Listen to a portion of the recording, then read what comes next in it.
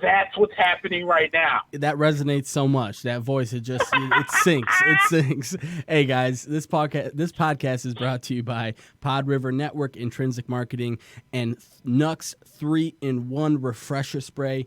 What's up, fools? Hey, Nick, we it's been a little while, man. Honestly, it felt so weird for me not being able to call in last week. It was my sorry everyone. It was my my future sister-in-law's bridal shower, and I was doing some photography for them and some videography. So I was not able to catch up with the podcast last week, but I'm so glad that we're back here. It felt weird. It feels like it's been like a month. So Nick. Oh yeah, no, understood, bro. I understand. Trust me.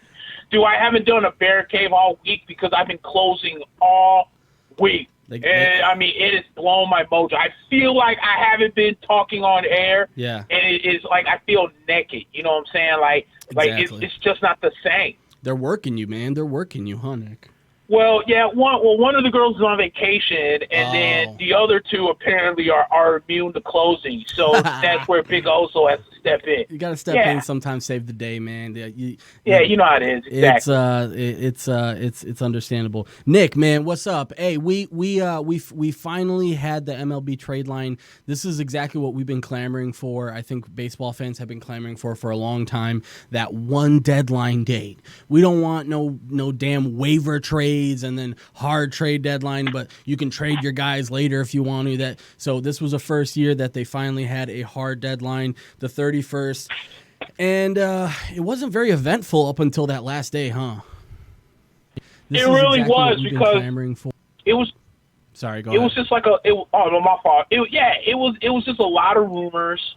You know, the talks about maybe Madison Bumgarner being traded, but then the Giants got really hot. Yeah. So they stepped out, and then, there's a few other pitchers that were supposed to be, like, we're talking about, what's the one in New York? Syndergaard. Noah Syndergaard. He was on because remember, Noah Syndergaard said clearly that he was going to test the free agent market, and you would think that the Mets, who kind of before this past week was not that good. Yeah. Now, all of a sudden, they won 7 games in a row. Yeah. And then, so you took Noah Syndergaard off the market, especially after you acquired Stroman. So there were a lot of rumors, but, like Paul O'Neill said today in the Yankees broadcast, because of that second wild card, there's not a lot of teams that are in play. Yeah. So your teams that normally would be sellers in the one wild card are now like, you know what, we got a shot. We're just going to write it out and see where it takes us. Yeah, no, definitely, and I definitely want to get into that. It was almost like the story of this deadline was all of the teams that almost did too well to sell. But yeah, we'll definitely jump into everything. We're also going to be talking about some UFC Fight Night as we were talking, Nick. Jim Miller and Clay Guida fought, and Jim Miller flat. He hit Clay Guida with a nice left, and then he choked him out unconscious, but he was sort of still staggering to the mat. I hope he's okay. It doesn't look good, but so we're going to be talking about some UFC Fight Night. We're going to be talking MLB Trade Deadline. Guys, there's no call-ins today because I need Nick on the line. So we're gonna house the calls this week, and we're gonna get all of your calls in next week, hopefully when Nick's back in the studio. So we'll also be talking about the Yankees and some of the other kind of circumstances that the teams had. Hold on a second. Yeah, you're good. My fault. No, you're good, brother. And then I was trying to watch the Guida. I was trying to watch and listen to you at the same time. It's not gonna happen. Oh, it's not gonna happen. Yeah. No, you're good. And then we're gonna be doing the AFC South breakdown today, guys. So I know that we've this is the last team in the AFC South, right, Nick? And we're moving on to the NFC, huh? It will finally move on, dude. Look, don't get me wrong. I love football. Yeah. But, dude, AFC football bores me to piss. That's why I get it out of the way so then we can start talking about real football, which is the NFC, the Premier League of the two. I love it. And you know what? It was a little bit looking through when you thumb through the AFC teams, you're like, it's going to be competitive for sure this year, but it almost lacks the storyline that the NFC has. So I definitely agree you with you. feel me? Yeah. You feel me? Like, okay, because it's like if you look at the AFC East, New England has dominated it so bad. Mm-hmm. Like you can't almost predict against them. Yeah. You have to figure out between the Dolphins, Bills, and Jets who's going to be better of those three while New England runs the division again. Yeah. You know, I feel like maybe the Browns-Steelers rivalry will come back. Yeah. But, I mean, the Steelers, it's not the same team without Le'Veon Bell and without Antonio Brown. And, you know, now you got James Conner and Juju while the Browns on paper have gotten better. And then the AFC West, I mean, yeah, they're competitive too. It's just, but, bro, it's just so boring. It doesn't have the same sort of, you know, like even looking at the AFC West, right? You know, there's a couple intriguing teams in there, but you know, you can't help but think that this is going to be a division that's sort of like middling this year. I mean, the Chargers, I know that they've had success in the last couple of years. The offense looks really good, but Melvin Gordon, that situation is a little bit weird. The defense is a little bit, they changed some things around on the defense, and so they're not really, you know, it's not really a guarantee. Right. And then the Broncos and the Raiders are both kind of teams that are going to be professional middlers this year. Oakland's just trying to take a step up from being a terrible team, and the Broncos seem to think that Joe Flacco has some, you know, football left in him. So they're just going to try and, you know, trot that out and see if that works out. Good luck. Yeah, but you know, the thing about Denver though is and I said this last week, the defense. I feel like Denver is trying to catch lightning in a bottle for the second time because they did it with Peyton. Yeah. I'm not trying to compare Peyton to Joe Flacco. We all know Peyton is probably considered the greatest, if not within most people's top three. Yeah. But we've seen Denver try to develop young quarterbacks, a la Paxton Lynch. That didn't work out. A la Trevor Siemian, and it almost worked out, but they gave up on him. So then you try to go get you a mid-level guy in Case Keenum, and that didn't work out. So why not go out and get you that age veteran that's kind of now lost in the shuffle in Baltimore that might have, like you said, a few years left, just like Peyton had a few years left after the neck surgery. So I mean, that's very interesting to say about Joe Flacco. That's a fair point because, you know, Peyton wasn't like Peyton that year, right, Nick? I mean, it was like he was good at some points, but he didn't win them the thing. It was the defense that came through, and I think that's a fair point that you know, they feel that defense is going to be really good. I don't want to, you know, want to pull any punches, man. That defense looks nasty. They've added some guys to that defense. The front seven looks really solid. So, and I will say about the whole quarterback thing, I did watch a Hall of Fame game. I don't know if you had a chance to do that. I was just so starving for football that I'm like, I'm going to watch the Hall of Fame game. And it was a bad decision, of course, but oh yeah, dude, and I'm glad you brought that up because I was thinking about that on the way as I was walking in the door. I was like, you know, don't get me wrong, I love the NFL, but I'm not that thirsty for football that I'm just going to watch a borderline exhibition game between Denver and Atlanta. Like, it's really not that serious. I mean, I'm not hating on those that did watch it. I watched maybe 5 to 7 minutes of the third quarter when they had Tony Dungy in there, and I thought Tony Dungy really said some really good things in that game, especially considering this whole dumb-ass, stupid-ass reviewing the pass interferences. It's so dumb. It's going to prolong the game. And once again, we're talking about, you know, reviewing judgment calls. Right. Like, you're taking the human element out of the game. Like, I can understand a fumble or, you know, whatever we're considering the catch. But if we're, you know, I understand that the Saints got screwed out of a pass interference call. I get that.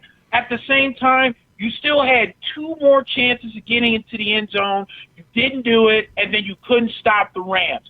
So I'm not trying to downplay the pass interference, but it's not like it was a third down play. It was a first down play. Yes, you should have got a brand new set of downs and 7 extra yards, but then you still had second down and third down and even fourth down, and Drew Brees showed his age.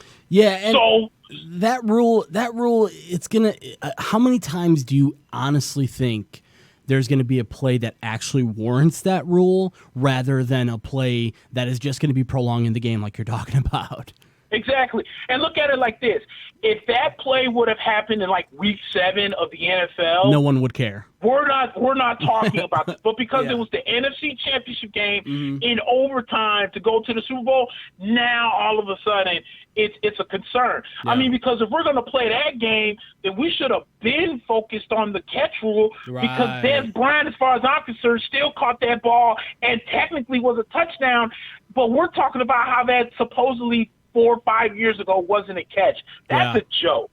Yeah, you know, the NFL had a really good opportunity to go back to the drawing board here and then say, let's do something revolutionary here. I thought what they should have done was, first of all, if you're going to change any rule, you need to make the rule, first of all, the rule book clearer. The catch, you know, what a catch is clearer, you know, what a forward motion is clear, you know, take away the object or I guess the subjectivity of a call, because you hit the nail on the head. You're taking away the judgment calls, and then on top of that, if you're doing this challenge thing, now you're making a judgment about that judgment call, and then it's like it doesn't even seem conducive to a fairer game. It just makes it, honestly, Nick, all this is going to do is be more commercials for the TV advertisers. You know, more money that people are going to be having to spend on, you know, whatever it may be. And this is just a revenue thing. It's just like this was a play to like try and appease people about that Saints play. That it had nothing to do with it. But Nick, we're gonna definitely jump into that during the AFC South breakdown. But I need to talk to you about the MLB Trade Deadline. So again, we said at the beginning of the show, it was a hard deadline for the first time, July 31st. If I'm recalling, there was probably only a handful of really significant trades up until the last couple of days of the deadline itself, and then you had the Greinke trade to Houston. I thought Houston had a tremendous deadline, Nick. I don't know about you, but they got themselves a top of the rotation starter, middle of the rotation starter in Aaron Sanchez, and then Joe Biagini from the Blue Jays, who is a pretty good high leverage bullpen guy. So they are just going all in this year, apparently. And then other than that, I mean, what was the most significant kind of trade that you saw at the deadline? Yeah, I'm with you. I thought that Houston maybe realized that and if we're going to talk about the top teams, let's just say for the American League, not so much for baseball, but just for the American League. We're talking Houston. We're talking New York. Yeah. We're talking Minnesota. Cleveland's kind of creeping up there on Minnesota. Yep. Cleveland, I thought, was kind of interesting because they traded Trevor Bauer after Trevor Bauer did the whole throw the ball in the center field thing. And I kind of want to bring that up because I kind of believe that was blown way out of proportion. Yeah. To an extent of, okay, Trevor Bauer is out there just getting smoked, okay? Oh, yeah. This man's giving up home runs to the Kansas City Royals of all teams. He just did not have a good day, and he was so frustrated he took a ball and just hoisted it over center field, right? Yeah. Then here comes Terry Francona throwing a bitch fit, talking about, what are you doing, this, that, and everything else. And I'm thinking to myself, wait a minute. I don't think Trevor Bauer is out there throwing the ball because you're taking him out. I think Trevor Bauer just threw that ball because he was having a shitty day against a team that's not that good. Yeah, but so Nick, we're sitting here and blowing way out of proportion because a man threw it. We got to keep forgetting that these athletes are still human beings. Yeah. It's a human emotion. It is okay to be upset when you are getting shellacked. That's what happened with Trevor Bauer. So this whole thing, like, he had to come out and apologize, and then he got fined $10,000, and then without missing a beat, boom, he's in Cincinnati. For Yasiel Puig, who, oh, by the way, got traded after that brawl with Pittsburgh. That was it was legit. Yeah. Because I've watched some games between Pittsburgh and the Cubs. They don't like each other. I don't know what the Pirates are doing. Yeah. But there's something dirty going on because this is not the first time they've been throwing up and in trying to hit somebody. Yeah, and this isn't the first time that they've had like a not even a rival, another team like say that this team is dirty, this team is crazy. I thought that was one of the best baseball fights I've ever seen. First of all, because I love the way that Garrett from the Reds, he kind of was almost like trying to convince his coach, like, let me just go after them really quick. Like the video was like basically like, he had given up a couple. He'd given up a couple of runners and then gave up a home run. And obviously, Pittsburgh was letting him have it from the dugout. And I think his thought process was like, "These dudes don't think I'll go and hit them." You know what I'm saying? Like, I think that's what he was trying to say. Like, you guys think that that I won't just run over there and try and punch you in the face. And he did. He ran right over there. He swung and missed the first one, and then he eventually got a couple shots in. But when you got the whole dugout around you, it didn't go very long. But I will say this, Nick, regarding the whole Trevor Bauer stuff, you're right about the emotion part of things. And Terry Francona gives Trevor Bauer a long leash. Take it from somebody who watches a lot of Cleveland Indians baseball, being in the Central with them, and watches a lot of Trevor Bauer. He gives him a long leash, meaning Bauer's out there screaming into his glove, screaming at his teammates, screaming at other people. I want to ask you, though, Nick, have you ever seen somebody so mad that they threw the ball over the center field wall? No, that is most definitely the first time I've seen it. So that's what I'm saying. I think Francona was like, I think it was more so like, Trevor, like, I let you do these things. Why did you just do that, though? You know what I'm saying? I think originally the worry, and I want to talk this down a little bit, because people who are like, well, it's a safety concern, and what if it, guys, come on, they're throwing 100-mile-an-hour pitches within like 3 inches of each other's face sometimes. So let's not get too crazy about, oh, it's a safety issue. Nah, who cares? I think he knew what he was doing. I think he knew that ball was not going to, that ball wasn't going to touch anybody, Nick. You saw where it went. That ball, first of all, he launched that ball. We'll give him that. He launched that ball, and it hit the center field wall, and it didn't hit anybody. So I think it's no harm, no foul. But I think this has been building, Nick, for the Indians. They don't like his off the field stuff. He's a weirdo on Twitter. He calls people out on Twitter. Like, he'll go and bash somebody for 24 hours straight on Twitter. I think it was more so Bauer had like he'd been given a lot of chances by that organization, by Terry Francona. I think he showed them up with that whole throwing the ball thing, and I think that was the most sort of damaging part. I don't think Francona was like, why are you showing? I think it was more so like, dude, come on, go into the clubhouse and do that, something along those lines. Right. Yeah, so I thought that trade was interesting. He's in Cincinnati. Yeah. And then the other interesting deal to me was what the Mets did, because the New York Mets, to me, are such a confusing franchise. Yeah. Because when they got Marcus Stroman from Toronto, they were easily, like, they had won, like, maybe, I want to say, 2 or 3 games in a row. Mm-hmm. And then you go out and you acquire Stroman, and then they went on that hot streak where they were 7 games up, or where they won 7 games in a row. Right. But the thing is you're going into the season, because, look, I have a lot of friends on Facebook that are diehard Mets fans. Like, I feel like I'm the only guy that's a Yankee fan. They're like Knicks adjacent fans, like they're your Knicks friends, but they like the Mets.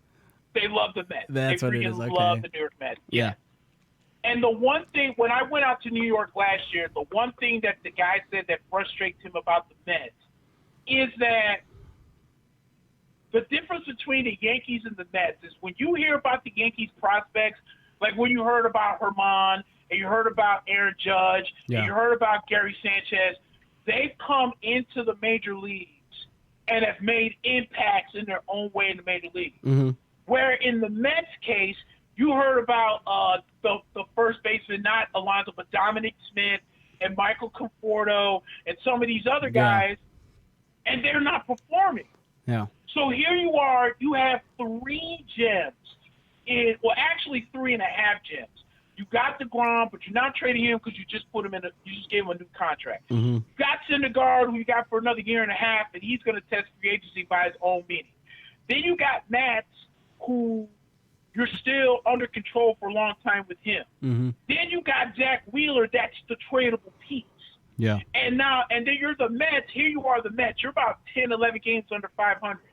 So you're figuring this is now the time to maybe trade a few gems, get a few pieces, and build towards 2021 or 2022. Yeah. Take a couple of L's, but you know that because you got Pete Alonso that's tearing the cover off the ball. You got Jeff McNeil, who leads the National Leagues in batting average, and he's only behind DJ LeMahieu for best batting average in baseball. Yeah.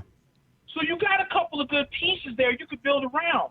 Right. Instead, they go out and acquire Marcus Stroman and to their credit, the Mets are only 4 games out of that second wild card spot. Right.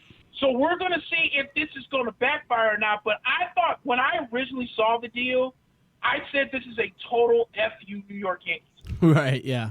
Because Toronto, I'm pretty sure when the Yankees were like, look, we would love Marcus Stroman. I'm going to give you Debbie Garcia, Clint Frazier for Marcus Stroman. And Toronto came back and said, we want Gleyber Torres as well. And in addition to those other two. Yeah. Oh, my God. In addition to, right. And so I'm pretty sure Brian Cashman was like, hell no. Right. And then that's where the Mets came in and said, we'll give you 2 of our top pitching prospects for Stroman. They were like, okay. That was a total FU Yankees deal. Yeah. So I think there's that element, but I can't knock the fact that the Mets are technically, quote, in contention for that last wild card spot. Yeah, no, I was surprised to look at the standings and see them so close to Nick, because they played the White Sox recently, or the last series that the White Sox were playing, and even before they traded for Stroman, like the game against the White Sox, they weren't playing tremendously. They won the game, but the White Sox are not really that great right now. So right. So it's not necessarily something I was super impressed, but I was impressed with Syndergaard. He looked amazing. But yeah, and I think we give the Mets and Mets fans, Mets front office a lot of grief on this show. We have in the past, Nick. I think this is one that's worth giving them credit for. They traded Jason Vargas, who they had like a weird, he had a weird season. He was doing relatively well for them, but he had that whole thing where like he threatened a reporter, and then like the GM came out and threatened him too, and then afterwards he half apologized, and then after his apology he was like, well, yeah, like you guys don't know the details of what happened. So he had this weird kind of beef with a writer, and then they get rid of him, and they basically swap him for Stroman. That rotation is sick, Nick. I mean, you mentioned it: Syndergaard, DeGrom, Matz, Wheeler, and Stroman. Obviously, Wheeler's probably on his way out after this year. I know that with 1 year left of control of Syndergaard, they may consider trading him at this offseason. We also talked about how they made a lot of weird decisions with Robinson Cano and Edwin Diaz, and they almost like were too. This felt like almost, Nick, a team saying we're too far in this now. We've already invested this trade and all this money into Robinson Cano and into Edwin Diaz, and then obviously they extended DeGrom, and I think they saw the fact that the market for Wheeler wasn't going to be great. Teams weren't exactly chomping at the bit to get Syndergaard either, which was weird. But that just shows what they valued, and I think, Nick, to your point about the Yankees, I think this hard deadline really changed teams' mentality. I think before, Nick, it was kind of like one of these things where it's like, let me get as much as I can because we have one deadline here, and then the next deadline, I'm not going to get anything. Like, I'm going to basically have to give this dude up for peanuts if we don't get. Now with this hard deadline, you're almost more invested in just saying, I'll just keep the player if I don't get what I need out of him, And the value for players was high during the deadline, which was very interesting to me. Now, did the Mets sell the farm for Stroman? Hell no. I mean, the two guys that they got, from what I understand, were mid-level guys. I think they were like 8 and 10 on the list of prospects for them. So, they didn't give up a lot, but I also, it's worth mentioning that Toronto has the, thought process of, do I want to make my division rival better? I think that has to come into play. And also, I mean, Toronto's out of it, so they don't have any dog in this fight. And I think they just tried to collect what they could of the pieces that they had. Yeah, they definitely more or less fumbled on that deal, because I can tell you right now the Yankees gave them a better deal. That's what I can tell you right now. But you obviously wouldn't give up. You obviously wouldn't give up. I'm blanking on Gleyber Torres in addition to the two. Hell no. No, of course not. Right. And that's I think that's another reason why what's his name from Detroit didn't get traded. That Matt Boyd.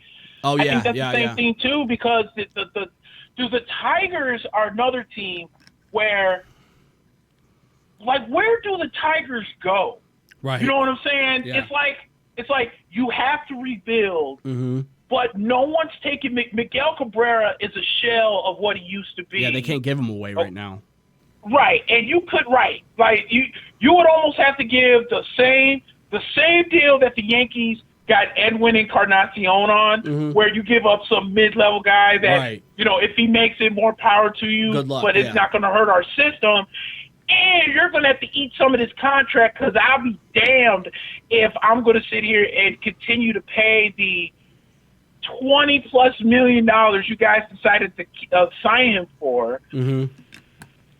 But then it's almost like, okay, well, here's Matt Boyd, who's a great young pitcher. We need to keep him, but we have no direction on where to go. So I felt the Tigers had guys that you could have traded. They didn't trade away. Yeah.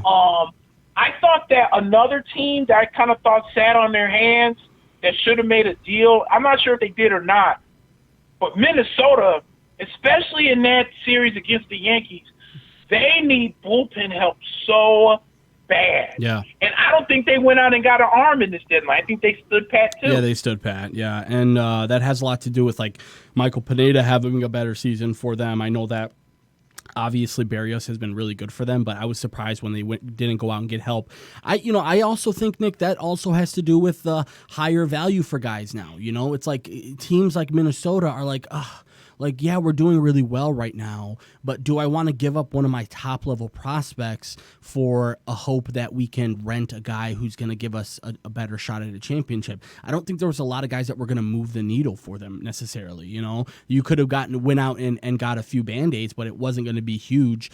So, yeah, I mean, and also to your point with Detroit, they did get rid of Castellanos, and, I mean, the trade wasn't, huge, but they are apparently, happy with the return on him. They did trade Shane Green, their closer, to the Braves, I believe. Right. Yeah, so they made a couple of moves, but I was surprised when they didn't trade Boyd either, but I think they have a couple years of control over him. So, yeah, I think teams now, Nick, are like, this new deadline just makes things so much more complicated when it comes to trading guys, because it's like, you know what? At this point, I don't, like, for example, the perfect example is the Giants, right? The Giants, 3 or 4 weeks ago, Nick, the Giants were obvious sellers. Everybody was like, this team has to be on the phone with every team right now trying to sell any piece that they can. And then they have like a really nice month stretch.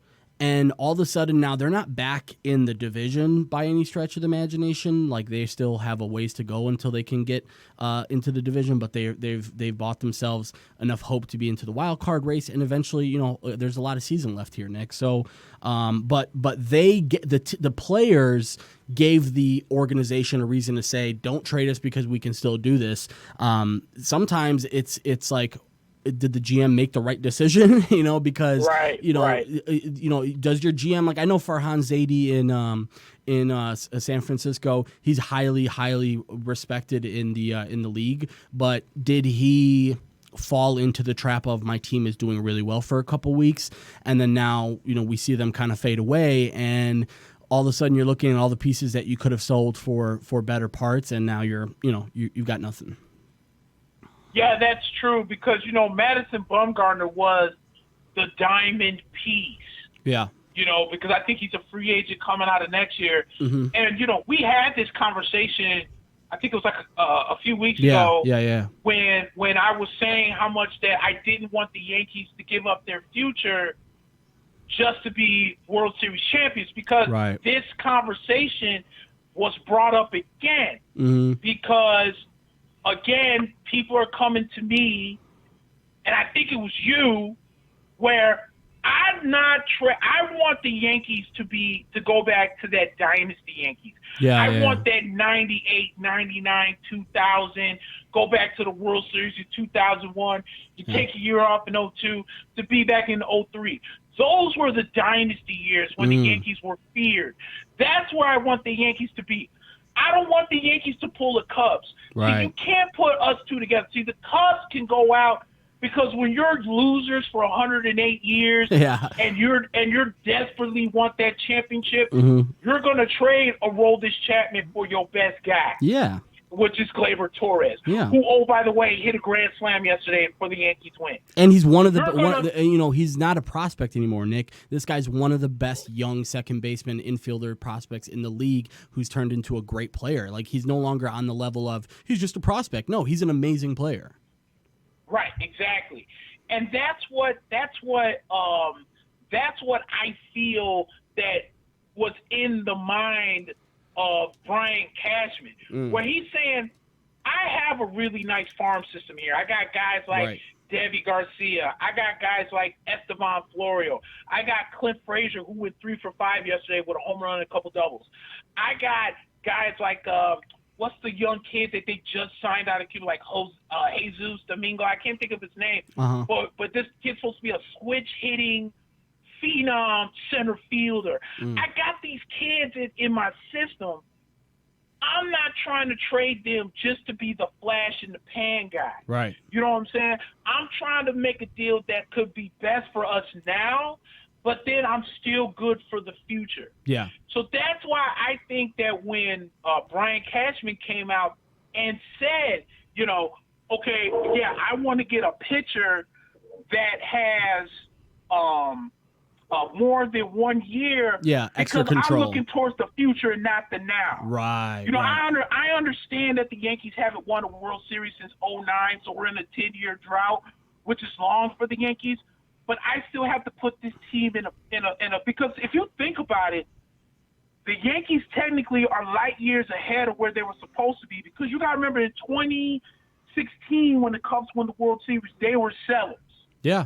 Then in 2017, they made that miraculous run into the ALCS of Game 7. Last year, they kind of took a step back.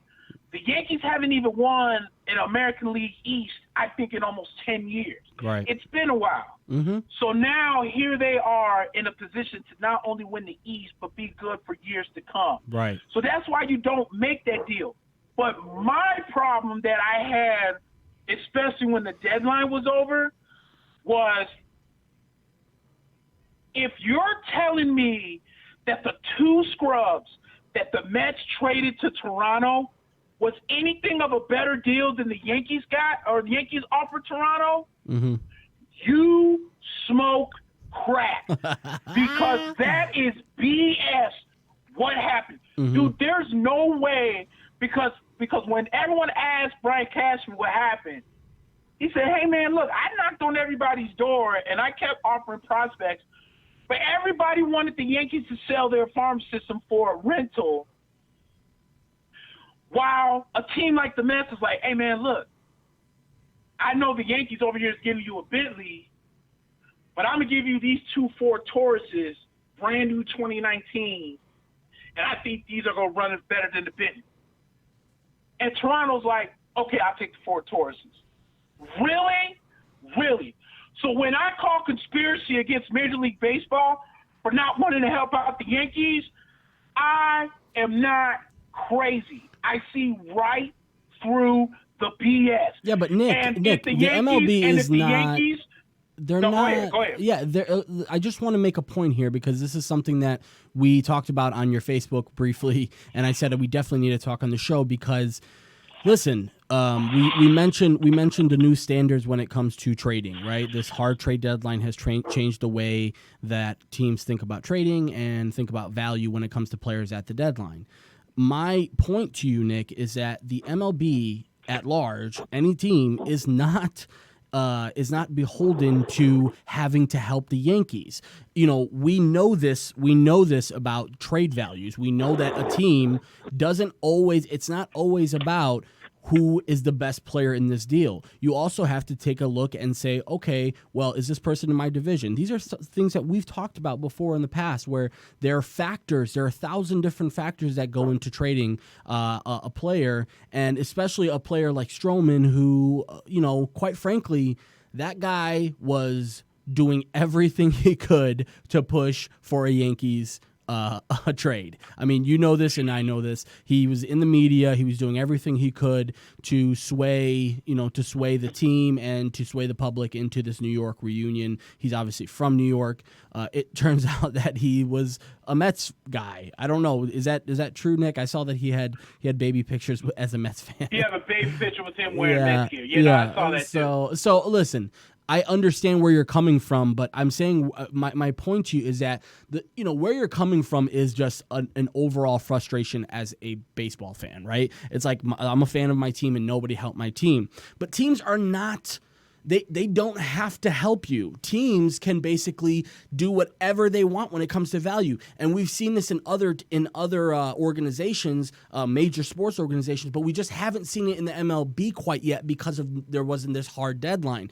Now with this new hard deadline, I don't have to give you. I can think of some of these other factors and say I would rather give him and make sure he's outside the AL, not in my division, not helping the Yankees, because teams are allowed to be petty. I see what you're saying. Toronto was petty.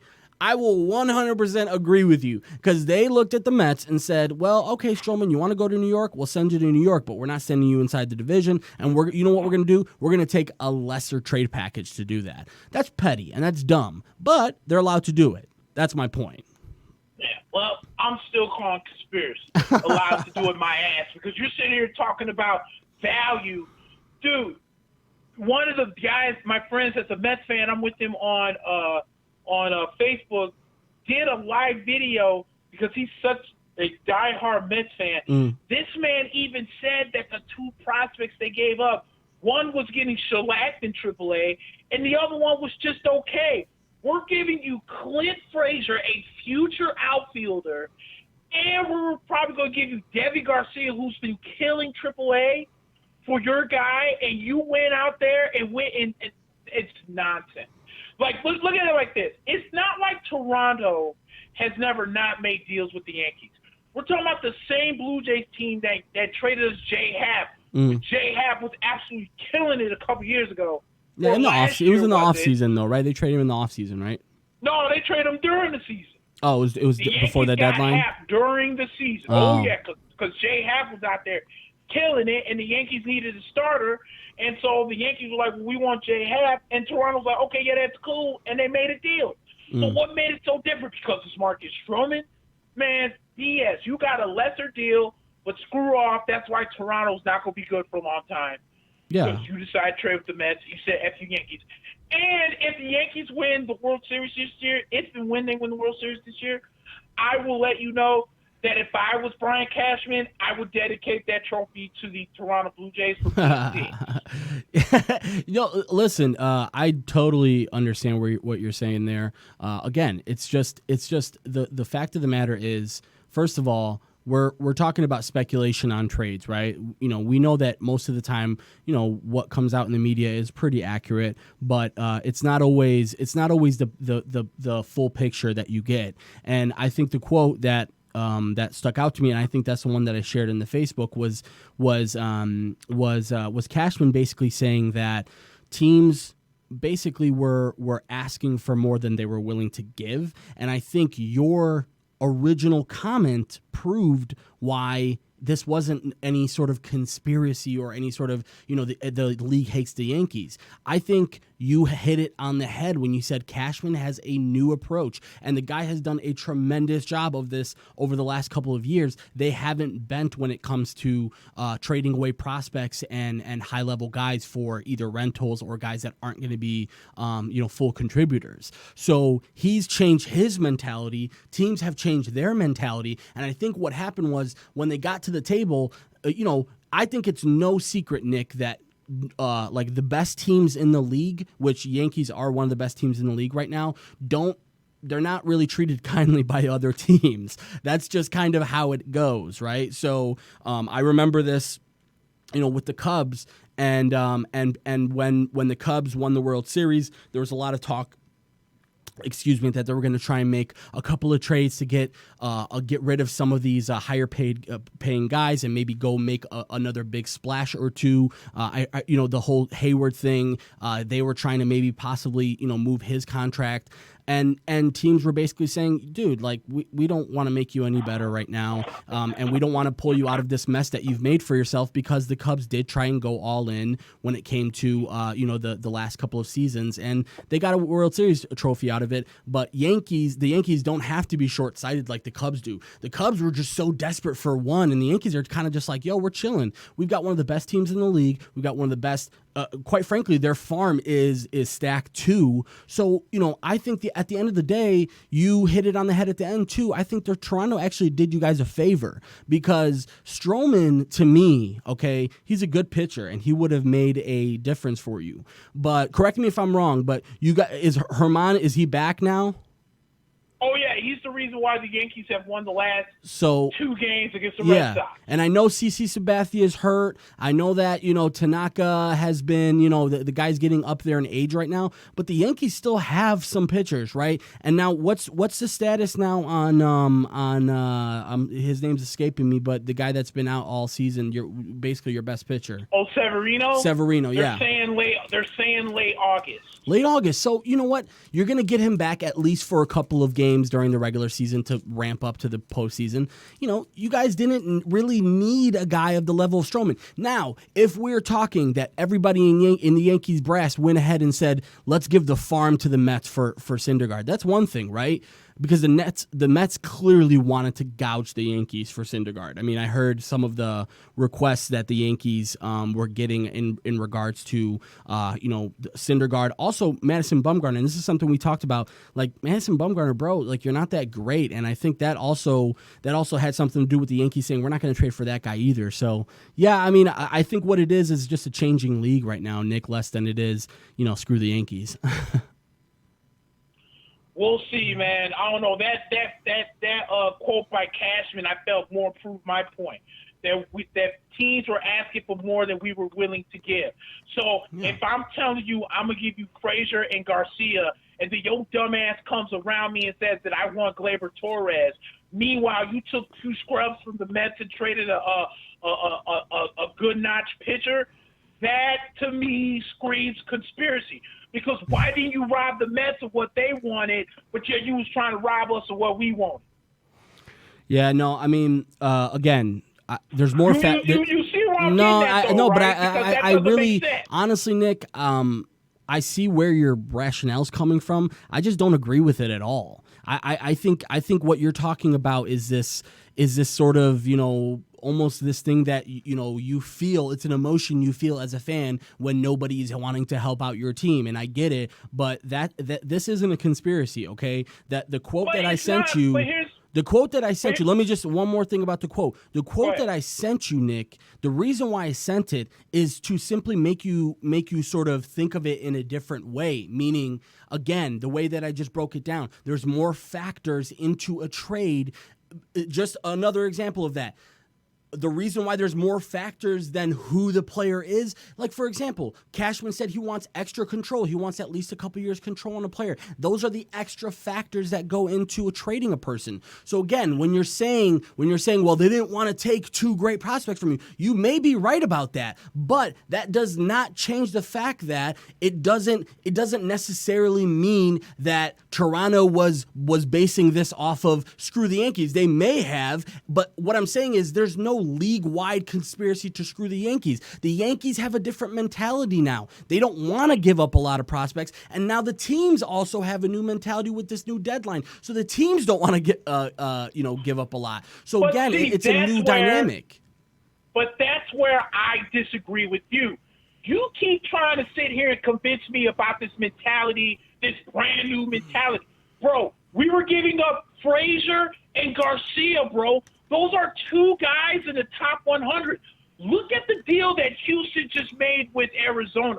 Do you know that of those 4 prospects, only one of them was in the top 100? I don't give a rat's ass where you think that your prospects are at as far as in your system. because your number one prospect may not even crack the top 100. So I don't give a damn about that. What I do give a damn about, and the only reason why I'm not so upset about the Greinke deal is because Greinke does not have the balls to pitch in New York. Yeah, he said he doesn't want to play in New York, He already right? said he didn't want to pitch for the Yankees because he doesn't have the balls to do it, and he already missed a whole year in Kansas City because of anxiety issues. So if you thought that you couldn't, anxiety-wise, make it in Kansas City, you for damn sure ain't going to make it in New York. But when I look at that you made a 4-prospect deal for one of the best pitchers in baseball, and only one of them cracked the top 100, makes me realize what everybody else is thinking, because let's just face it, Brian Cashman in a lot of his deals has ultimately robbed teams of players. For instance, Giancarlo Stanton, when he's healthy, is one of the best power hitters in baseball. The Yankees only had to give up Starlin Castro and a mid-level prospect for one of the best power hitters in baseball. So Nick, then how can you say there's a conspiracy then? How can you say there's a conspiracy? Hold on. Then you just turned around this year and traded a mid-level prospect that no one's going to care about for Edwin Encarnacion, whose power numbers are through the roof. So now here come the Yankees saying, here's 2 of our best prospects. Everybody knows who Clint Frazier is.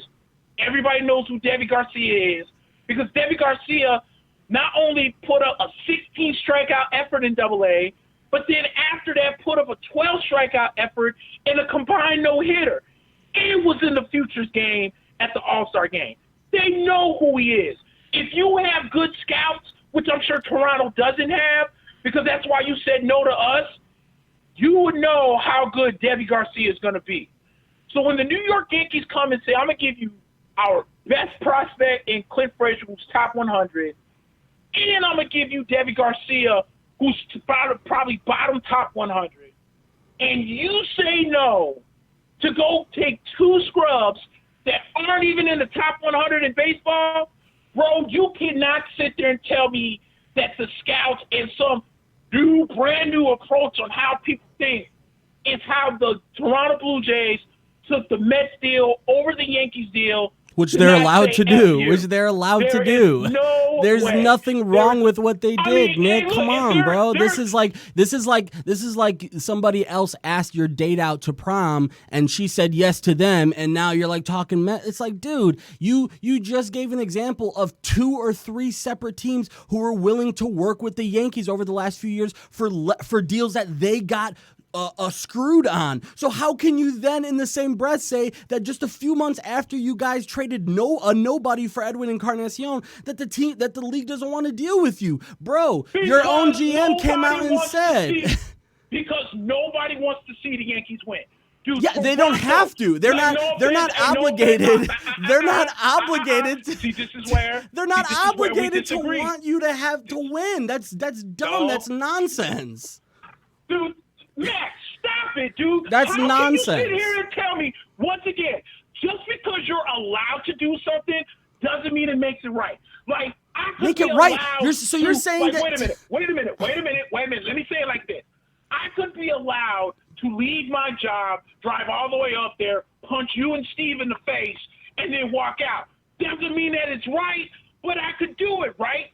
Just because I'm sitting here and telling you that the Mets or the Toronto Blue Jays screwed themselves by taking a far lesser deal because they don't want to see the Yankees win. Conspiracy, my friend, because any normal genius would have been like, damn, I know Clint Frazier has MLB experience. He wasn't too bad when he played with the Yankees. We just need to fix his defense. Oh, damn, I heard about Deivi Garcia and how good he is. I'm going to take a chance on him. Not take 2 AAA scrubs that suck balls, bro. Yeah, Nick, we're not going to agree on this. The fact of the matter is, bro, nobody's obligated to do anything for the Yankees. The Yankees can offer Giancarlo Stanton for Marcus Stroman, and Toronto's allowed to go, nah, I'm good, thank you. And it's not about to make the comparison of like I could do anything, but No, that's not valid, bro. Like the fact of the matter Okay, is, so- you understand so do how you honestly- you do you understand how the honestly MLB think- works. Teams are not obligated to help anybody out. They don't have to take lesser than what they want because Nick Russell is going to be upset about the haul that they eventually get. They're not answering to you or I. They're answering to what I want to do that's best for my organization. And what I'm trying to tell you is, just like Cashman has sort of shifted the way he's thinking about these things and only wanting to make deals that make sense for him, teams are doing the same. And it's obvious. And the fact is, again, it sounds like sour grapes what you're saying. And that's just not where you need to be.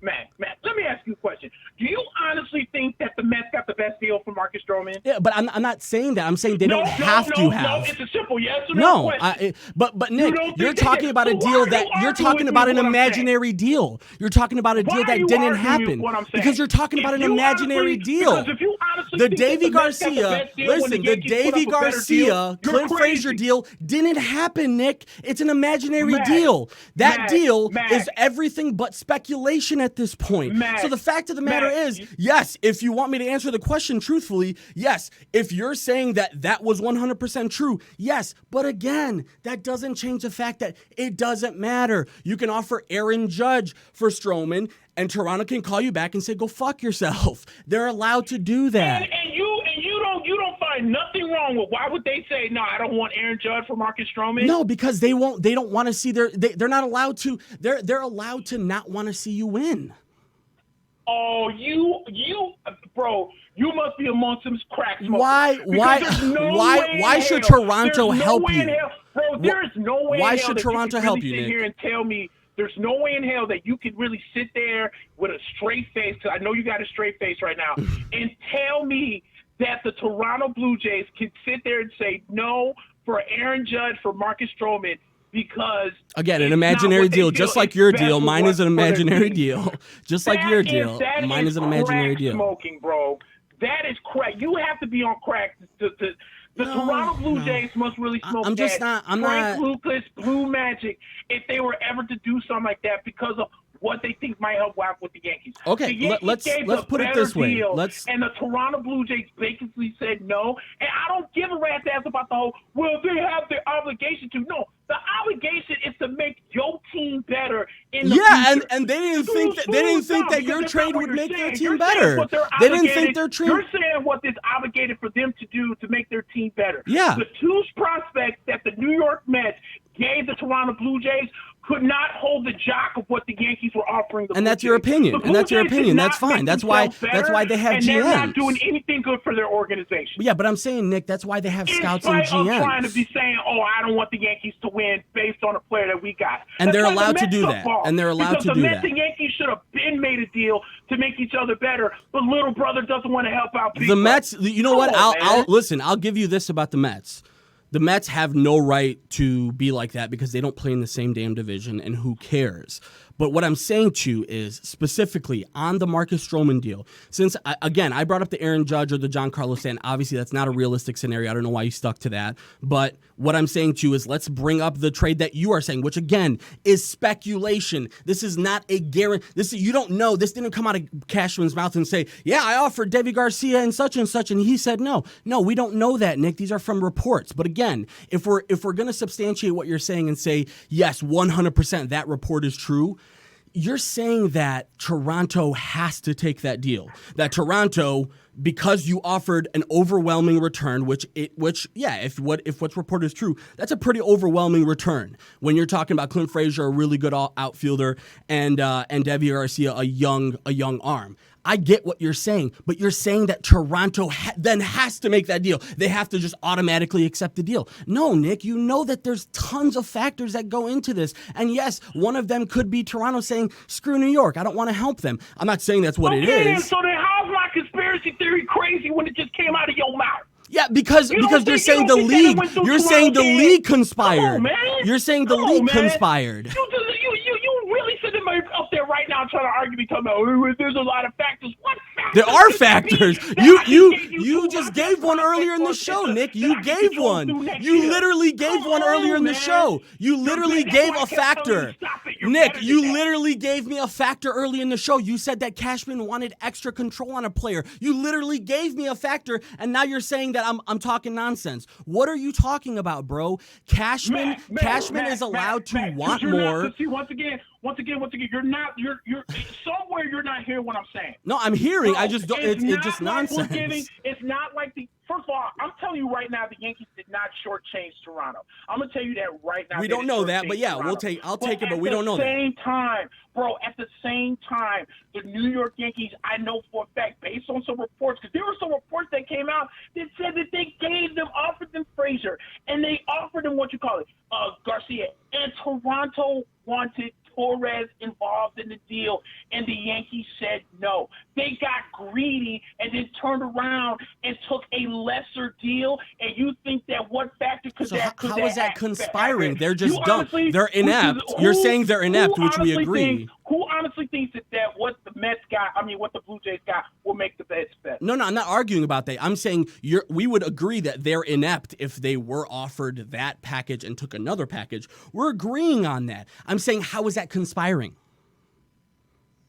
Because we gave the better deal. And they're not obligated. This isn't MLB 2K. They're not obligated to accept. Are you more concerned about FU Yankees, I don't want you to win a World Series? Or are you talking about, okay, let's rebuild now so we can be better in the future? If we're both agreeing that they're inept, and we are agreeing that they are inept, it's possible that they said, we want to screw the Yankees. I don't know that. I'm saying it's possible that they're saying that. But I'm also saying that's not conspiring, Nick. Conspiring means you're going out of your way to basically screw this team. And conspiring is basically implying that the whole league is in on it. Because a conspiracy, the whole definition of the word conspiracy means that there's multiple factors and multiple people involved. You're saying that the league, no, this isn't conspiracy. This is a case of a dumb team, the Toronto Blue Jays. Okay. So then when they asked Brian Cashman, how come you didn't get a starter? His exact quote was, we knocked on everybody's door. Right. Nobody wanted to answer. Yeah, I saw that. Yeah. So how else am I supposed to think? You're supposed to think what he said in the quote that I sent you, that the value that they were getting in some deals wasn't enough, and the value that they were asked it for in other deals was too much. That is understandable. That happens every year. It's just that the Yankees are the Yankees, and they have a lot of haters, which I agreed with you in that post, that there was a lot of people talking down on Cashman, talking down on the Yankees, when in reality I said, nah, he cleared it up for me by saying, yo, I don't want to give up these types of prospects for guys that I don't have control over. So again, his mentality has changed. The factors are now coming into play, and the new factor is I'm not just gonna screw around and basically give you guys extra prospects when I don't necessarily feel like I'm getting the best value back. So again, other teams, I'm telling you that there's other teams, Nick. I'm telling you that Houston, let me just finish with this. Houston also knocked on other doors, and thankfully one of the doors got opened up with Arizona, and obviously another opened up with Toronto. But they probably knocked on plenty of doors that said no thank you. Probably plenty of doors that they were giving up really good prospects, probably even better prospects than they ended up giving up. So I'm saying there's just so many factors. So let me make sure I got this straight, because maybe I'm off. Is 2 greater than 0? In mathematics, yeah. 2 greater than 0. Okay, so if Brian Cashman comes out and says, I knocked on all doors and nobody answered, that's 0, right? Then you come behind me and going to tell me that Houston probably knocked on all doors, but 2 people opened them. So that means 2 people gave Houston a chance to make a deal. Yeah. The Yankees gave 29 people a chance, and nobody wanted to trade with them. Oh, and no. I'm the one that's crazy. You misunderstood me. You misunderstood me, Nick. I said you're saying that Cashman came out and said he knocked on everyone's doors. He did. That is his job to do, as all other team GMs do, bro. Come on, man. This isn't what are you talking about? What I'm telling you is, which is driving me up an absolute wall, is that you're actually going to sit here and try and convince yourself that somehow, somewhere, the Yankees did not put up a good. I never said, Nick. I never said that. What are you talking about? I never said that, Nick. For one of these teams to get back, apparently you and I must be missing something here. Because Because there's no way in hell you're going to sit here and tell me that Brian Cashman did not go out and put up the best package and the best deal on everybody's door, and everyone's like, nah, that doesn't. The best package does not guarantee you a trade. You know, we're talking in circles. The best package. I wonder why no team in Major League Baseball, you took lesser deals from other teams when the Yankees gave you. And they're allowed to do that. They're allowed to do that. They're not obligated. I have a reason to be upset about that. Yeah, they're not obligated. They're not Stop obligated to help you, Nick. Like this whole sour grapes mentality that you have is crazy. Mack, you got the best team in the league. Out the Yankees, bro. How about you try helping out yourself? If you know your team sucks balls. Oh, now it's not about the Yankees anymore. Now you want to help other teams be better. And you know Come you on, need to Nick. rebuild. What are we talking about, bro? Giving you a rebuilding package. How do you not pull the trigger? How do you not pull the trigger? Now it's about you. You're worried about other teams that they aren't getting enough. You want to make sure other teams are getting more. Like, bro, come on. This is again. No, I'm not worried about teams getting more. What I'm saying is, sorry, there's two things going on. No, you got it. My point is this. My point is that the Yankees came out and gave people premium packages. We saw that they were dating Cliff Frazier. We know this. This isn't news to anybody. It's not like they were like, no, we can give you any deal, but we don't want to trade Torres and we don't want to get Frazier. Then, of course, I would have told you no. But Frazier was involved in most of these deals, and they didn't want to give up Torres, which is completely understandable. But if your team sucks balls and you know that you have a premium guy that we have guys that can help you out, you have a guy that can help us out, let's make a deal. And 2019 is like, nah, man, I'm straight. I'm cool. I'm just going to ride with what I got. Or, nah, man, like if I'm the Toronto Blue Jays, I'm going to take these two mid-level guys from the Mets because I don't want to trade in my division, even though you gave me J Happ last year, and now all of a sudden you're concerned about trading your division when I could have gave you two better players than what the Mets gave you? Come on, man. No, again, there's no way you can keep arguing with me about that. That doesn't even make sense to you. No, because there's no because we're not disagreeing about that. We're disagreeing about your sort of dramatization of this situation. That this is a conspiracy. It's not. Cashman, along with every other GM, Cashman, along with every other GM in baseball. Cashman, along with it's got to be us against the world. Okay, Cashman, along with every other GM in baseball, probably knocked on every single door, just like it's his job to do. That doesn't necessarily mean teams are obligated to open their door. Teams are not obligated to trade you players. You are not entitled to, just because you put up a comparable or a better package, which we agree is a better package. We're just disagreeing on the fact that all of a sudden now this is MLB 2K or MLB The Show, and teams are obligated. This is like auto trade. You gotta be forced into a trade. No, come on, bro. Like, they don't have to trade with you. It's got to be MLB The Show. But what I am telling you is you cannot be that damn stupid when someone gives you. They can be. They are. Diamonds. Their team sucks. Their front office sucks. Diamonds. Dude, if I give you two damn diamonds, you go out and you take two, Kruvik Zirconians. That's basically what these teams are doing. And we agree that they're dumb, but that's it. That's what it is. Two diamonds, they took two cubic zirconians. Yeah, listen, we're gonna be talking in circles about this one because I definitely. It ain't no circle here to be talked about because your ass is missing the entire point. No, I got your point. If you honestly don't sit there and try to see, this is why I couldn't type this to you. Because I have too many emotions going on, and it would not make sense. Yeah, you're clearly letting your emotions get the best of your logic, though, Nick. Yeah, but your emotions are getting the best of your logic. You wouldn't logically. You are smoking that you think that it's okay. You wouldn't logically make this argument, though, if this wasn't your team. You wouldn't. Your emotions are getting in the way of your logic. You wouldn't logically thinking. It's all common sense. That's like if I ran. Give me a team that sucks balls. Oh my God! Give me the Cincinnati Reds. No, they're doing pretty good. Do the Marlins. Florida. Do the Marlins. Yeah. Marlins. Okay. I mean, we screwed the Marlins before John Carlos. Mm-hmm. But let's just say if Jose Fernandez did that, right? Let's say people still, because he was bound to be a Yankee in due time. So let's say Jose Fernandez did that, and then I come and I'm like, okay, look, I know you guys are really rebuilding. You know, Jose's got 2 years under control, and what we're gonna do is we're gonna go ahead and give you a premium package that's probably going to include Florial, Devi Garcia, and Clint Frazier, and we'll throw in somebody else, all for Jose Fernandez, right? The Mets come around and they get the same package that they gave Marcus Stroman to the Miami Marlins. Without missing a beat, I'm taking the Yankees package. Because I'm not worried about what's going to happen with New York. You do what you can with Jose Fernandez. I see 3, potentially 4 diamonds in what I have. I'm missing how this has anything to do with it, Nick, because...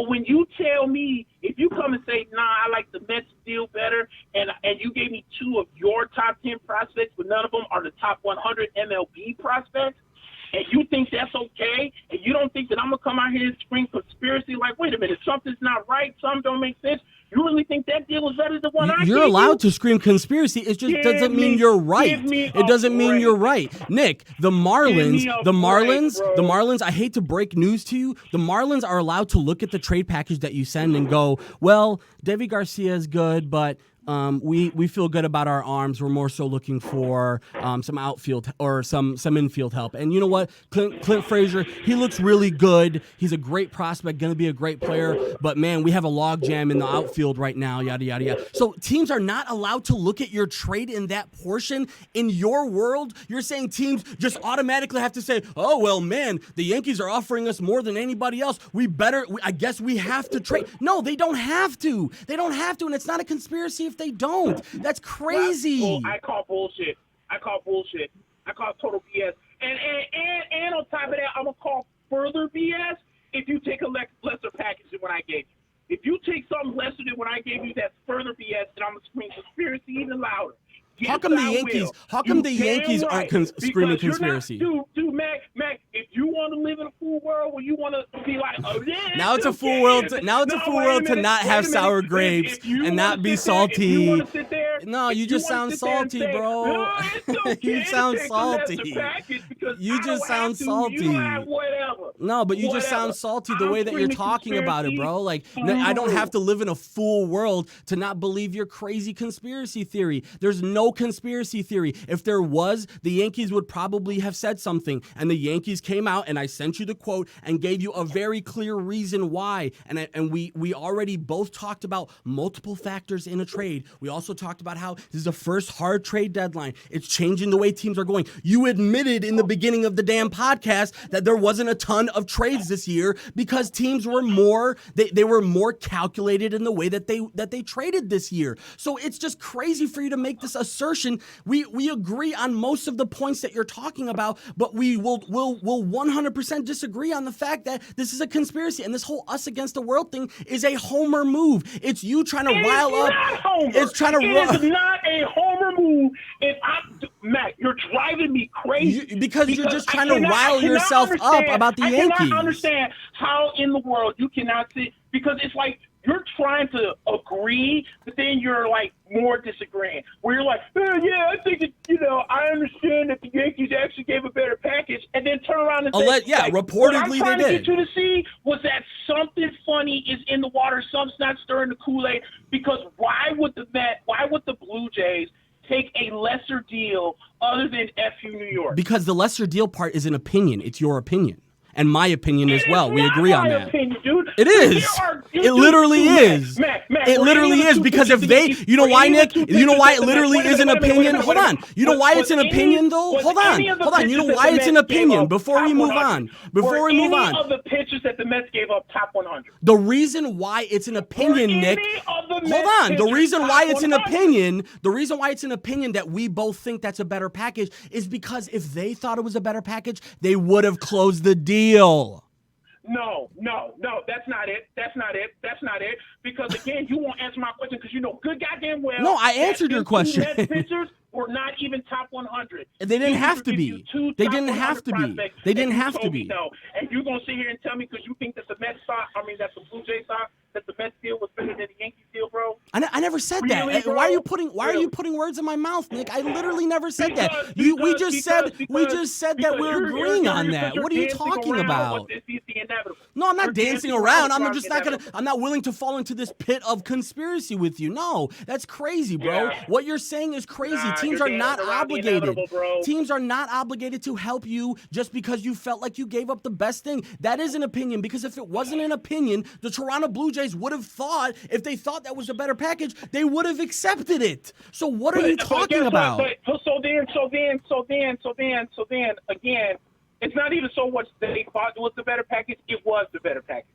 We're agreeing, but we're also disagreeing. That's an opinion. Mets fans will tell you straight up. Mets fans will tell you straight up that the 2 pitches we gave up. You said a Mets fan. You said a Mets fan. Your friend, a Mets fan. I said those two, and I told you even.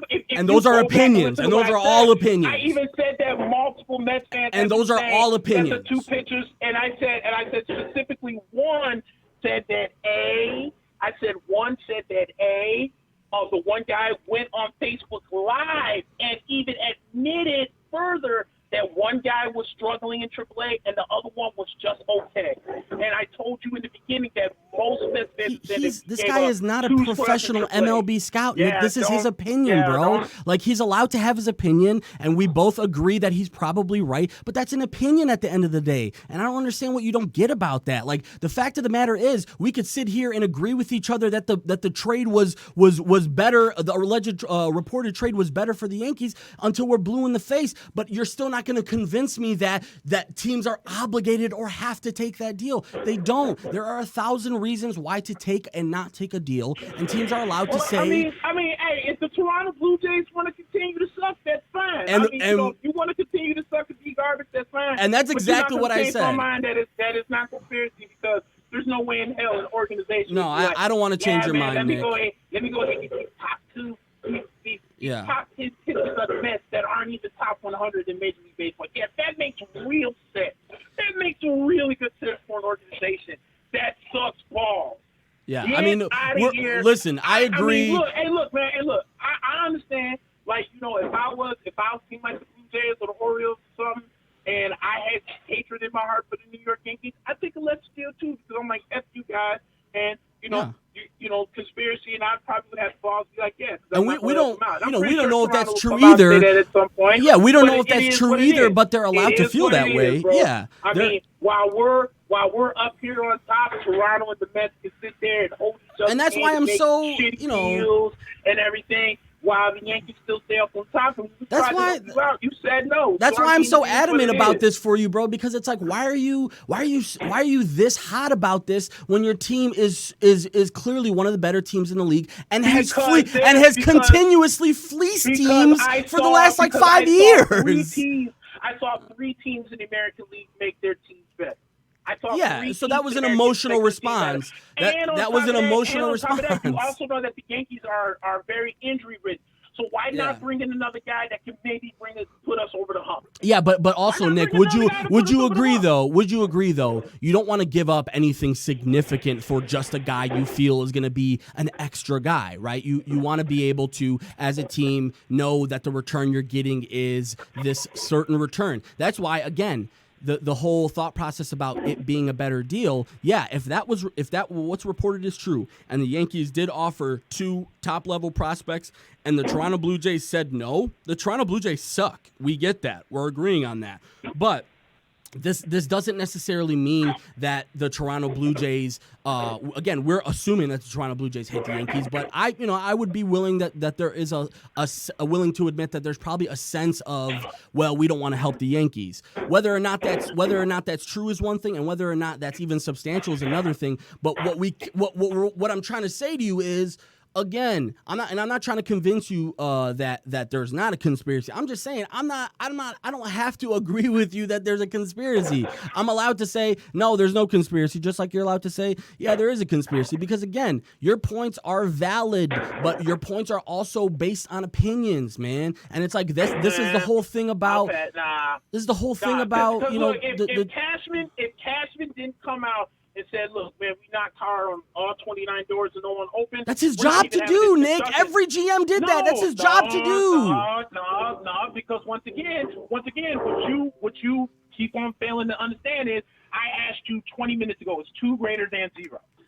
In math, 0, right? Yes, but what is your point when it comes to 2? Explain to me how 2 people open up the door for the Houston Astros, but then no one would open up the door for the Yankees. Because they felt that those deals were good for them, Nick. I mean, come on, bro. Okay. This is sour grapes, man. This is sour grapes, bro. So that deal for Houston that Houston gave Arizona for Zach Greinke, even though I really shouldn't bring that up because Zach wasn't going to. Yeah, it's a lottery ticket deal. They gave up 4 prospects. In hindsight, the deal Houston gave up for Zach Greinke was actually worse than the deal that the Yankees were going to give for Toronto. That's fact. Because of those, and it's your opinion. That's not a fact, Nick. That's your opinion. Because of those 4 pitchers or those 4 players that Arizona got, only one of them was a top 100 prospect. Nick, you keep bringing up this top 100 thing. Nick, you do understand that the top 100 is. It doesn't. No, it doesn't hold because teams because that's based on a poll. That's based on a poll of opinions. Is 2 greater than 1? Is 2 greater than 1? You still haven't really explained the significance. You still haven't explained what that has to do. Can you tell me that is 2 greater than 1? Nick, you're asking a question that you know the answer to. Back in 2nd grade math, when you and I both was in our respective 7th grade classes, they used to say 2 is greater than 1. And how is that related to what you're saying right now? And how is it related to your point? Hold on, I'm going to write this down on paper so I can make sure that you and I are both on the same page on this one, because I see you don't like answering questions. So let me go ahead. I'm going to write this down on paper real quick, and I'm going to say, hold on, I got my coworker back here too. I'm going to ask him to do.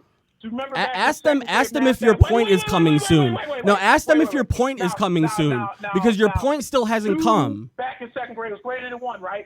So if I'm the Yankees, I'm giving you 2 of the top 100 prospects, and Houston just gave you 3 scrubs and 1 top 100 prospect. In your opinion, deal wasn't better than the Toronto deal, and Toronto just said, "Oh well, I'll take 2 scrubs from the Mets."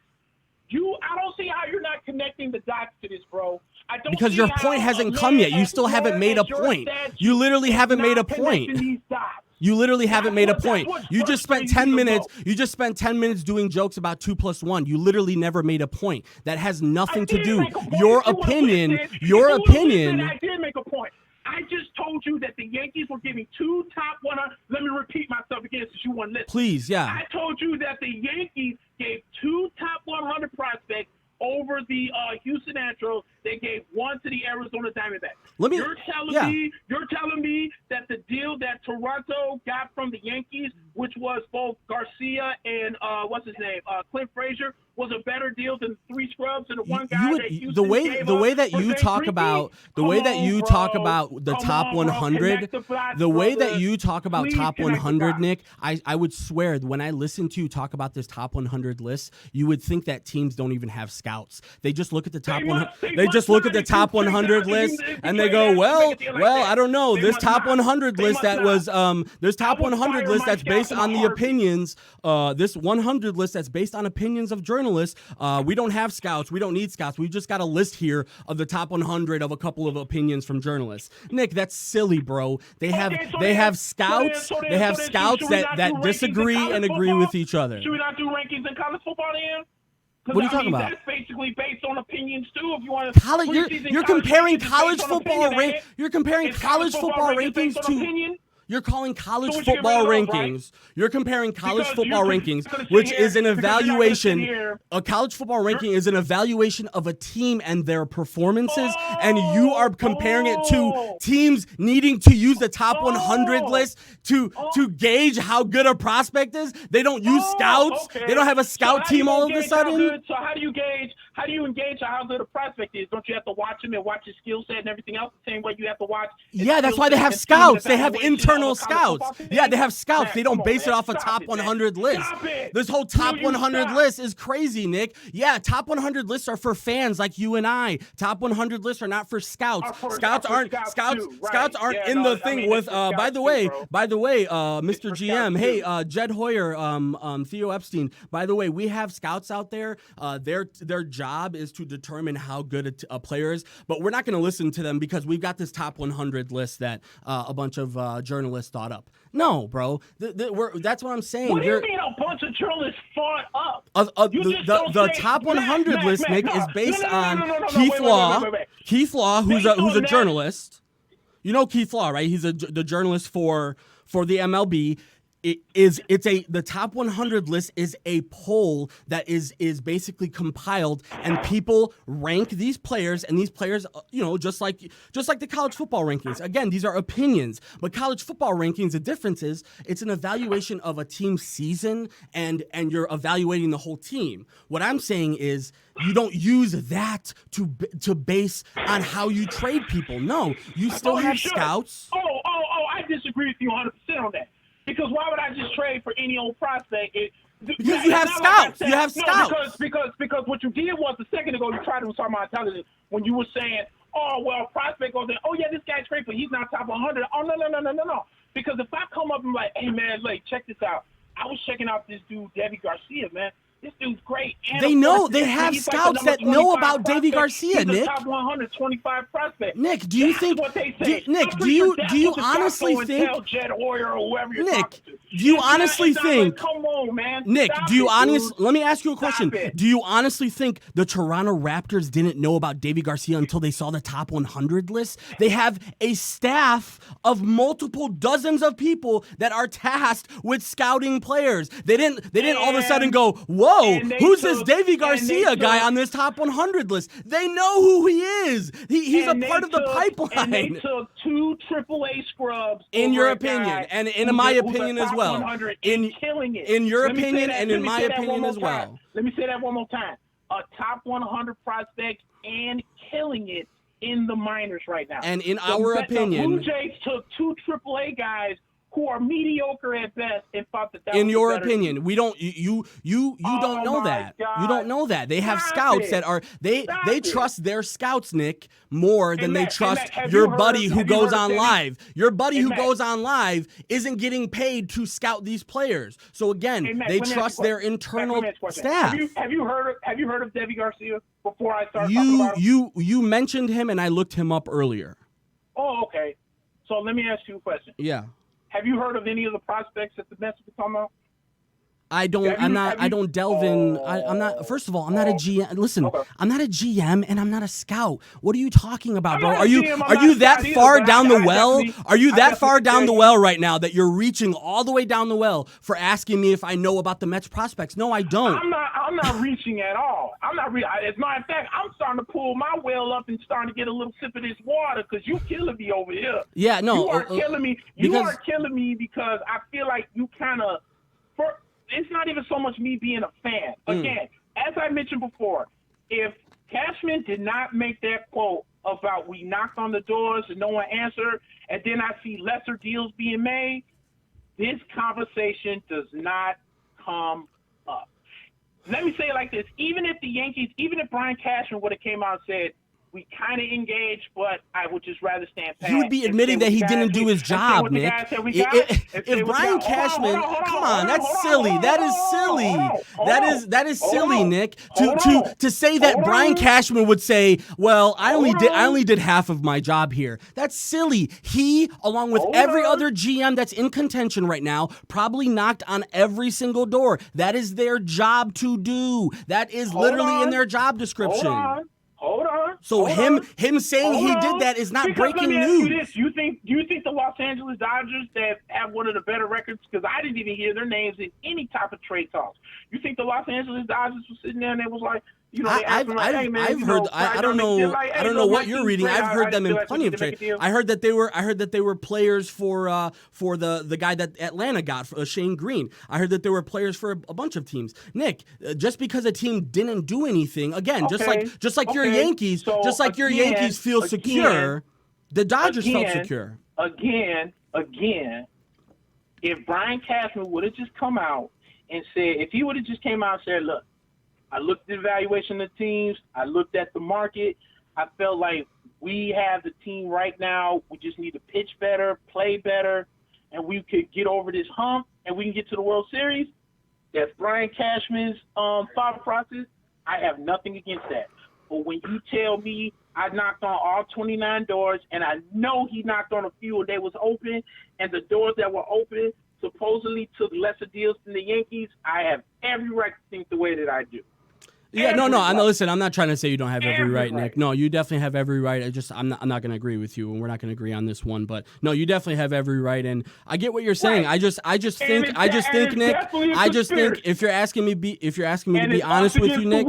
Listen, if you're asking me to be honest with you, you're my homie, and I love you. But I think you're being a little bit homerish about this. I think you're. Never. I think I'm you're. Not being homerish. That's just my opinion. Just listen to what I just told you. No, but I'm just saying what you're saying is screaming homer to me. What I'm saying. Yeah, no. If you would have listened to what I just told you, if you would have heard what I just told you, I listened. I heard. About what Brian Cashman would have said if he would have made one of two quotes. That's a hypothetical. You're saying now it's about. So now it's about the way. Now it's not about the conspiracy. Now it's about what Brian Cashman said. And what I saw happen. So now it's about what Brian Cashman said. The world. Now it's about what Brian Cashman said. It's the savages in the box versus the entire Major League Baseball. So and y'all better hope to. Let me just the Yankees don't win the World Series. Before we move on from this. Everybody. Before we move on from this, I'm going to go ahead and read us. Before we move on from this, I'm going to go ahead and read us that quote that I sent you because, again, I want to break down why I sent it to you. He said, as a buyer, it almost has to hurt. I get that, but I was not willing to do what was being presented, and certainly my counterparts were unwilling to do what I was willing to do in my offers. Again, the factors that we talked about early. Maybe they felt my offers were underwhelming, and I felt their offers were overwhelming. That is exactly the gist of what we're talking about, Nick. So again, what he was saying was, I'm willing to give you Garcia, God bless. Yeah, you had it right. Debbie Garcia and Frazier, Oh, yeah, and Debbie Garcia. Yeah. I'm willing to give you those guys. And then everyone's like, nah. We want Gleyber Torres in it, too. And Brian Cashman's like, whoa. He felt that was overwhelming. Yeah. It's okay. I thought the package I gave you was premium enough, but no. Right. But then you go, and here comes the Mets, and the Mets are like, I'm gonna give you these AAA scrubs we got. Deal. Again, we're not scouts. What?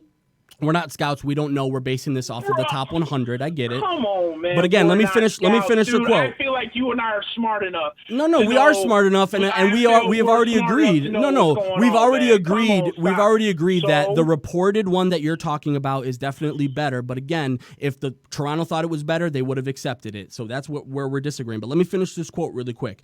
So he went to Plan B: stand pat, fall back on that current roster of guys that we have, and wait for some of the people we have on the disabled list to come back. So again, this is his mentality that he has a plan to go out and get what he can get at a value that he thinks is not overwhelming, and he didn't get that. And in that quote, it's telling you exactly the gist of what we're arguing about right now. That yes, he did his due diligence, as him and every other GM have done. Again, if you're in contention right now, your GM is really busy. He's knocking on a lot of doors. And yes, Houston has a better percentage than you. Yes, 2 is indeed more than 0, Nick. We're not arguing about that. What we're arguing about is that the teams are not obligated to run with a trade just because the Yankees offered it. And Cashman is saying exactly what we're talking about. He's giving us the reasoning for this. He's saying what I felt they could offer me was underwhelming, and what essentially what they wanted from me was overwhelming. And I 100% agree with him. And again, the flack that he's getting, I think, is dumb. I think I saw a couple people come out and try and defend this guy because a lot of people were saying, well, he flubbed the season and he didn't get them the help that they needed. No, he basically went out, he had a mentality, he had a plan A and he had a plan B. And his plan A was nothing involved in plan A was to give up more than he felt what he would needed to give up. And teams, Nick, did the same exact thing. They used the same thought process that Cashman did. And again, factors can be anything from, how much control a player has, as we talked about earlier, to, again, what your scouts think of them. Oakland Athletics and the White Sox are also in this conversation too. They're notorious for having a scout team that is they go against the grain, meaning they pick up a lot of prospects that they felt didn't get a good shake at it. We saw it with the White Sox and Manny Benuelos this year. We've seen it in the past. You guys ended up taking a couple of people that the White Sox did it with, Tommy Canley, and there's multiple examples of GMs basically trusting their scout team, and to a fault too. And that's what I think happened with Toronto. If it's true what you're saying, that Toronto got offered Deivi Garcia and Clint Frazier, I don't care who the prospects are that the Mets gave up, that was 100% the better deal in our opinion. But again, they're allowed to listen to their internal scouts, and their internal scouts either said, yes, run forward with this deal if they thought it was the best deal, which, again, that's why I'm saying if this was the best deal, they would have taken it. They have no vested interest in not taking what they think is the best deal. But their opinion is allowed to defer. They're allowed to say, well, I think this is a really good deal, but, again, there are other factors. Do we really want to give the Yankees? And, again, I know that they've traded with them J.A. Happ before, but, again, there's so many factors that go into it that it doesn't have to be conspiracy. It can be, teams just don't want to see the Yankees shine. They don't want to see the Yankees have another dynasty. They wanted to try and gut the Yankees for their farm system. That all it could be true. That doesn't necessarily mean that teams are conspiring against them. They just really want to basically get to where the Yankees are, because the Yankees have spent the last 3 years, Nick, fleecing teams for their best players. So we've seen it a couple of times. Teams are definitely willing to play ball with the Yankees. It's just that it didn't work out this year. No. You're not buying it? You're not buying it. I'm not buying it.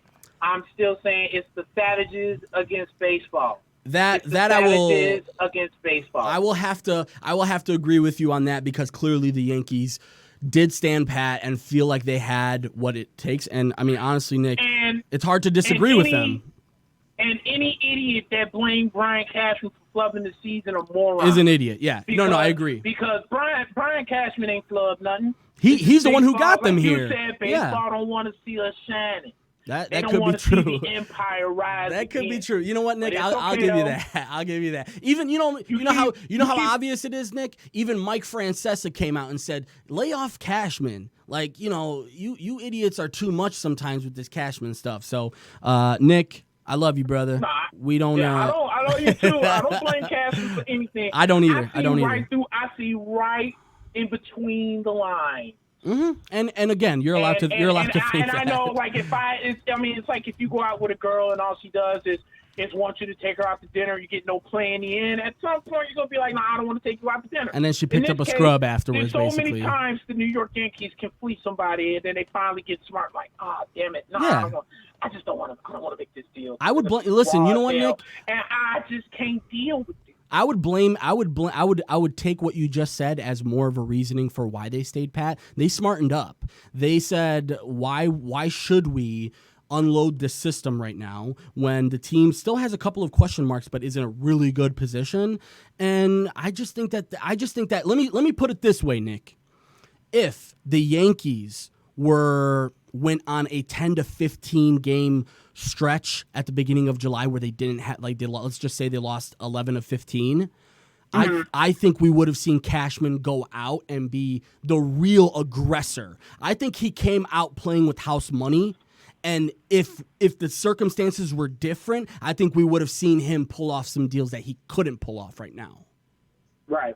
Just simply based on how good the team is. But anyways, that one went a little long, but guys, we do have some sponsors here, guys, and our first sponsor of the day is Intrinsic Marketing. Guys, all the services that you need are under one roof with Intrinsic Marketing. You started a business because you believe in what you do. Let Intrinsic Marketing bring your product or service to the market. That's what they do best, guys. Intrinsic has the services, tools, and expertise to make it happen all in one place. Guys, we're talking about web design, social media, copywriting, targeted ads, and much, much more, guys. Do us a favor here.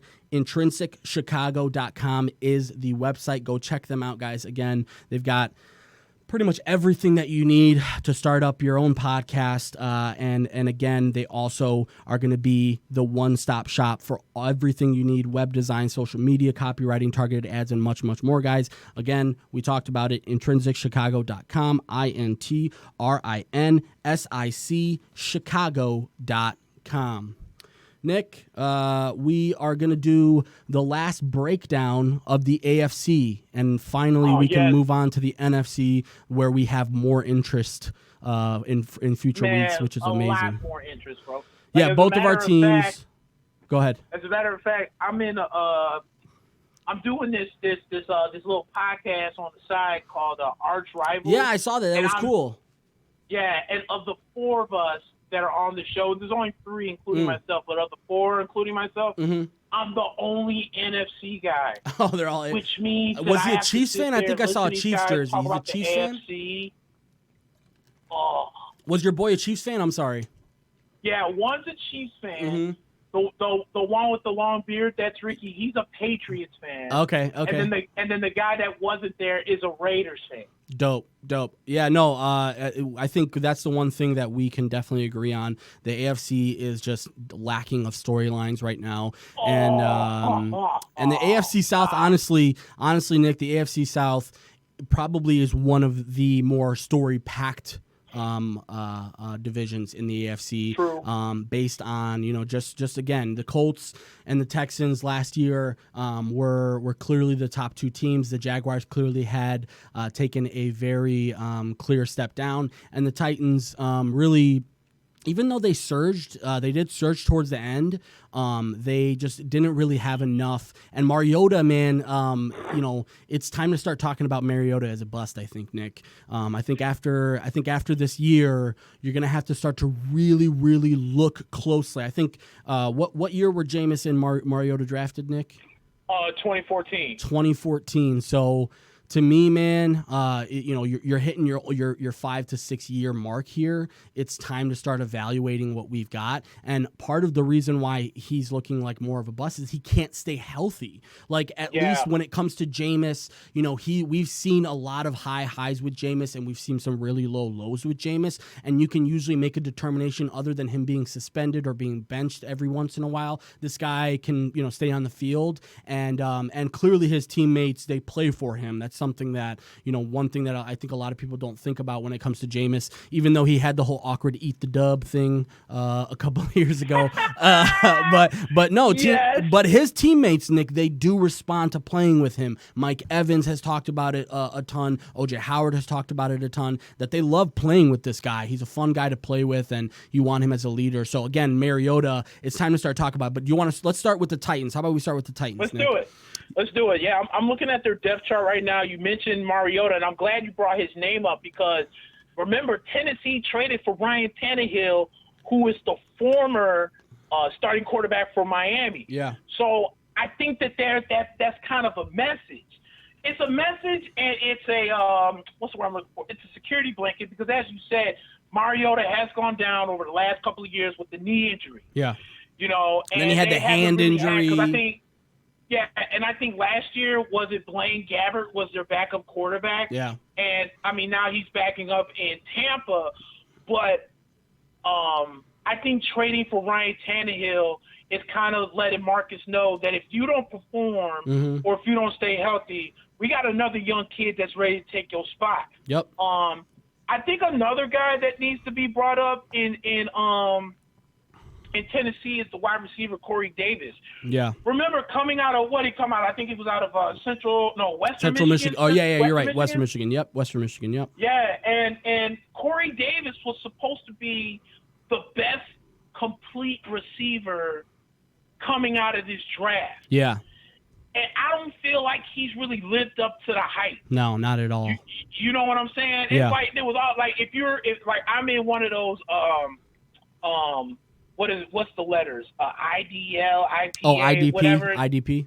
IDP, right, Yeah. right. And I'm in the Dynasty League. Yeah. And Corey Davis was rated as the best wide receiver, like coming out of, I think it was probably drafted in 2016 or 17. Yep, and he was drafted. He was highly touted, but people thought he would go like later in the draft, later in the first. And Tennessee surprised a lot of people and took him pretty early. And Nick, to your point, fantasy wise, this guy, the last like 2 years, people have done nothing but talk this guy up. That this guy's going to be a guy who's going to take a percentage of the target share, and basically it's him and Delaney Walker, and this guy's going to be the guy. And really, first of all, he's a guy that he's been quiet. Like, he's had some good games, but he's also had some games where he's had goose eggs, a lot of goose eggs in his career. So I agree. This is like a turning point for him in his career as well. Right. And then I'm looking at, they got Delaney Walker, who's one of the better tight ends in the game. Yeah. I kind of like this offensive line that's got the two bookends and Tyler Lewan on the left and Jack Conklin on the right. I think that's a pretty solid offensive line with Roger Saffold, Ben Jones, and Kevin Panfield. I think Panfield actually used to play for the Bucks for a little bit. And then they also signed Adam Humphrey. Yeah, I thought that was good. And that was the guy that I was saying was the security blanket for Jameis Winston. He's going to be – I think that's a really good addition for Tennessee, with the receiving core, with Corey Davis, Tywan Taylor, and Adam Humphries. And obviously we can't forget about the man beast that is Derrick Henry. So, again, Mariota has the pieces there. But can they put it all together? By the way, not to switch sports, but I saw that Edwin Encarnacion got hit on wrist today. Yeah, he got the 10-day DL. Fractured wrist. 10-day DL.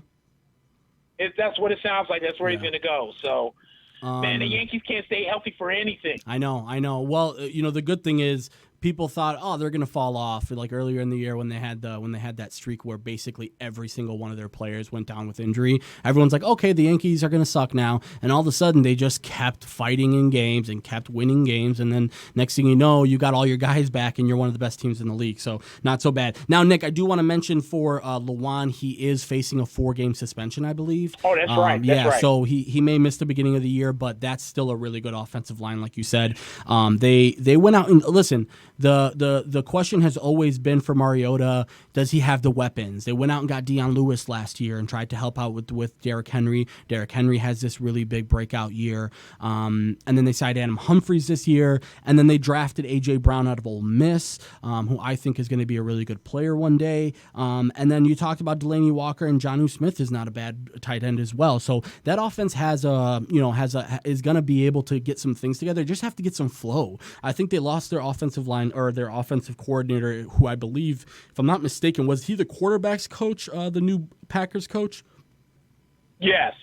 Okay, so they probably did get back to their offensive coordinator. But, yeah, and the one question for me, Nick, is this defense. This defense is always like, it seems like every game is a new team. It's like sometimes you're going to get this team that's like really gritty, really good front seven, and sometimes you're getting this team that's just like really a pushover.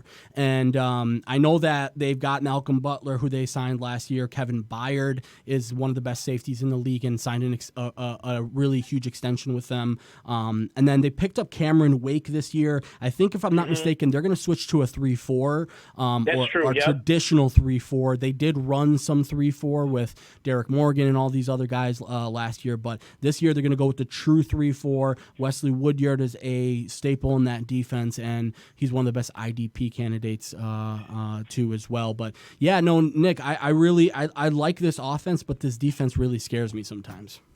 Yeah, I'm with you on that. And then I guess the eyes have kind of been on Harold Landry, the outside linebacker. Supposedly that he's really been working in the offseason on his moves to get to the quarterback. Yeah. They value. I've read some reports that he's been in the offseason working on those. So we'll see. Yeah. We'll see if it happens. But looking at their schedule, though, they open up at Cleveland, home against Indianapolis, and then back-to-back away games with Jacksonville and Atlanta.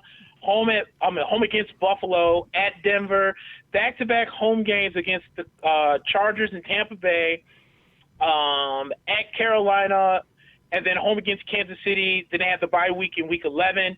And then to finish out the season, at home against Jacksonville, back-to-back away games with Indy and Oakland, back-to-back home games, Houston and New Orleans, and then they finished the season at Houston.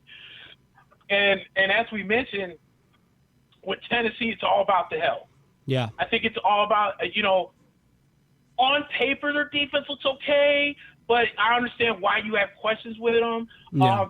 As you mentioned, the Taylor Lewan 4-game suspension could really hurt, especially with a fragile quarterback in Marcus Mariota. I feel the pieces are there offensively. Derrick Henry's one of the better young running backs in the game.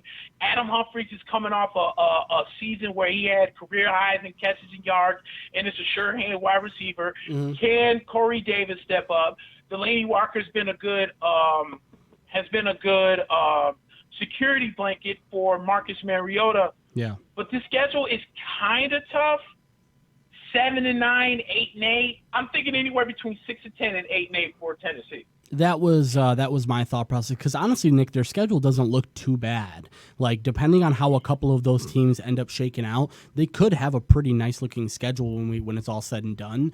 Right. But it also, Nick, the real big thing with the Titans has been within the division. For some reason, they have obviously there's a reason for it. They play these teams twice a year, but playing those tough games against like Jacksonville, playing those tough games against the Colts, against the Texans, that's going to be really tough for them. I also think that comparatively, the other defenses within this division are much, much better, and that's where I see a little bit of a problem for them. I think Houston's defense obviously speaks for itself. They have a little bit of a limbo this year where people are thinking they may fall off, but when you're talking about the Colts defense, that was one of the reasons why they were pretty good last year, in addition to Andrew Luck being Andrew Luck. And then also Jacksonville feels like they've added to this defense, and they're going to be a really, really different team this year. So they still got the guys, and we're talking about really, really good defenses. So we'll see. I would venture to say they could really be anywhere between like 5-11 and 8-8. I really think the window's big for them. Yeah, no, I agree with you. I agree with you 100%. So who would you think now? Because I think both of us would probably agree that I think that Tennessee will probably end up being the worst team in this division, but I don't know. I don't know if we're going to agree on the third worst, because I really think the Texans are going to take a step down this year. You want to do Houston? Yeah, okay, let's do Houston, just simply for the fact because I want to make this point about Houston. Okay. Listen, I love Bill O'Brien. I'm a big believer in what the value that he's brought to that organization. But I really do think this is a make or break year for him this year. We're talking about a team that's sort of resting on its laurels, Nick, meaning they've done so well over the last few years, and really have had so many ups and downs that they just felt good about making the playoffs. They just felt good about escaping. And again, that was a major injury that Watson ended up having, and he came back, and last year he was really running for his life. So right now I know that they've made some improvements to this team, but they lost Tyrann Mathieu in the secondary. JJ Watt is a candidate this year for is this guy going to be able to stay healthy? This guy has had so many injuries throughout his career. They are in a contract dispute with Jadeveon Clowney right now. I just think right now, like, their backfield as well, Nick. I loved Dante Foreman, but Lamar Miller to me just doesn't do it for me anymore. I couldn't agree more. Yeah, and I also think they just haven't done a great job of getting these other options other than Hopkins, Nick. They like made this half-hearted trade for Demaryius Thomas last year, and they're like, yeah, we're going to be great. It's like, no, Demaryius Thomas is not going to help you right now. You need a legitimate number 2 receiver, and Kiki, I don't care what you say, Will Fuller and Kiki Kuti are not enough. I love Will Fuller too. I think he's a good deep threat, but that's not enough. He should be in the slot, and you need to have another wide receiver that's going to be able to be on the opposite side of the field, because we both know that this year is going to be nothing but Hopkins double teams. Right. And let me say this too, because I think with Houston, I agree with you on the J.J. Watt thing. We're always talking about how great he is, and he's a former Defensive Player of the Year, and he's kind of like Captain America to the NFL and all this other stuff. They love him. But I swear on my life, the man's been hurt the last 2 or 3 years. And we keep putting him on this pedestal, and then the Jadeveon Clowney thing is scary too. So you have now two, basically your bookends of your defense of what makes your defense go, and one's not contractually signed, and the other one can't stay healthy. Right. That's huge. But what makes this team go, and what's been the heart of this team forever, has been Deshaun Watson. Yeah. I think last year he tore his ACL? It was the year before that. Or the year before? I thought it was very devastating. It was. Because he was really killing the game. Like, the problem with Houston was that they didn't have the quarterback. Like, what was the one year when they had, like, T.J. Yates? They ended up bringing Brandon Weeden back. Right. And then you go out and you trade up to get Deshaun Watson. He has a great season, or he was having a great season. Yep. Tears the ACL. Last year, he was pretty decent.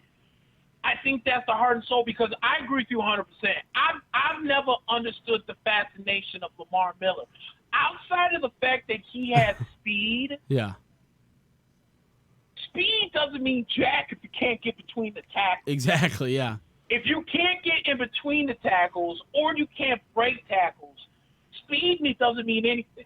You know what I'm saying? Like, we saw that in Chris Johnson in the latter days of his career. Mm-hmm. When Chris Johnson would get in between the tackles, break tackles, once he was in the open field, you're not catching up with him. You're basically just running to make it look like you're trying. Yeah.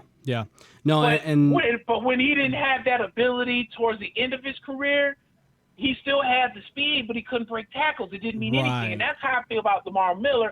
That's why I'm with you. I think Donta Foreman might actually be the better, more complete, quote-unquote, running back. I agree. Over Lamar Miller. Yeah. Even though Lamar Miller is going to get the starting nod, I think Foreman is going to start taking carries from him as the season goes along. Yeah, no, I 100%. And Nick, their offensive line right now is a makeshift offensive line. They, did the Nick Martin thing, and Titus Howard, I believe, was one of their high draft picks this year. Yep. He's a really, really nice tackle in this league, but they haven't done enough to invest in the core part of that team. They've been doing so much to try and keep guys like Whitney Merciless around, and now Jadeveon Clowney, and obviously J.J. Watt.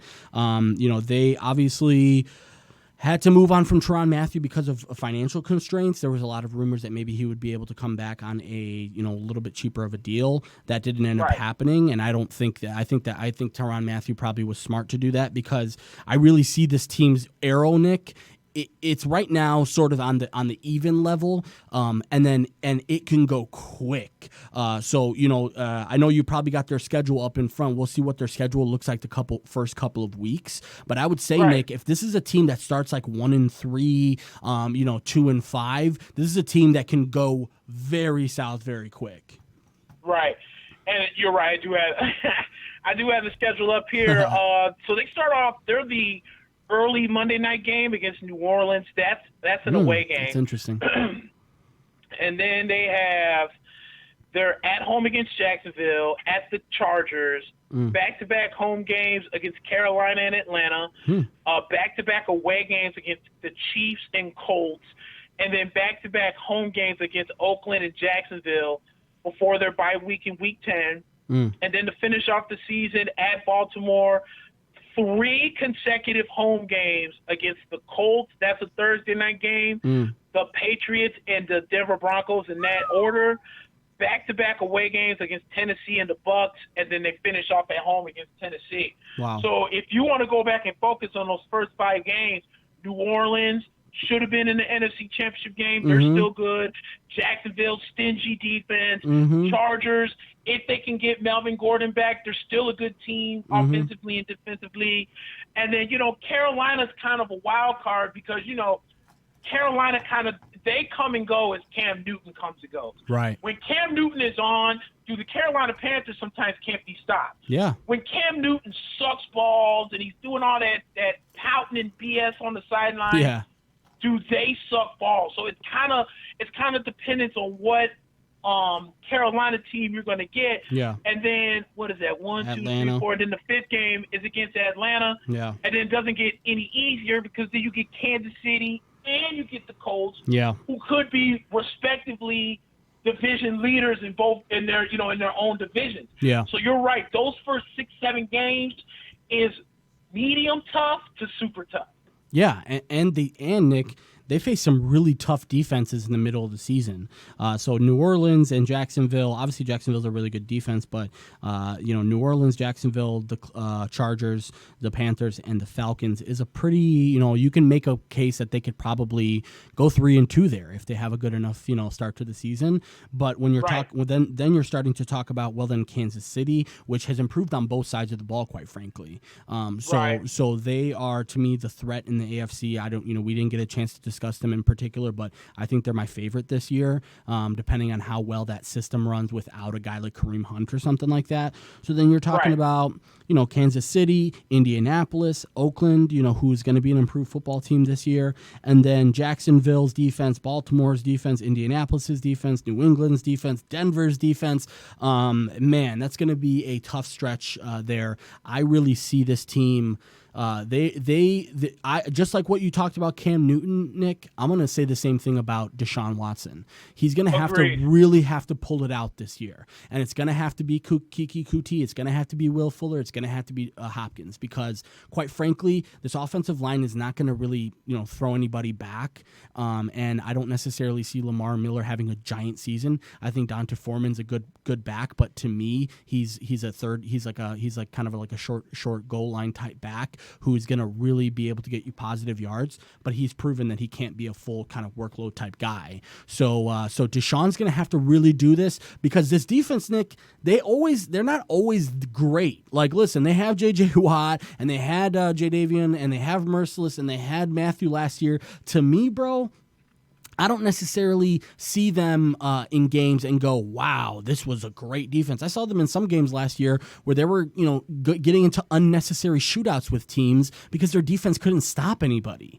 And that's going to be a problem this year. So I see them right now. Their ceiling could be pretty high, but they're another team that I think, I could see this team going like 7-9.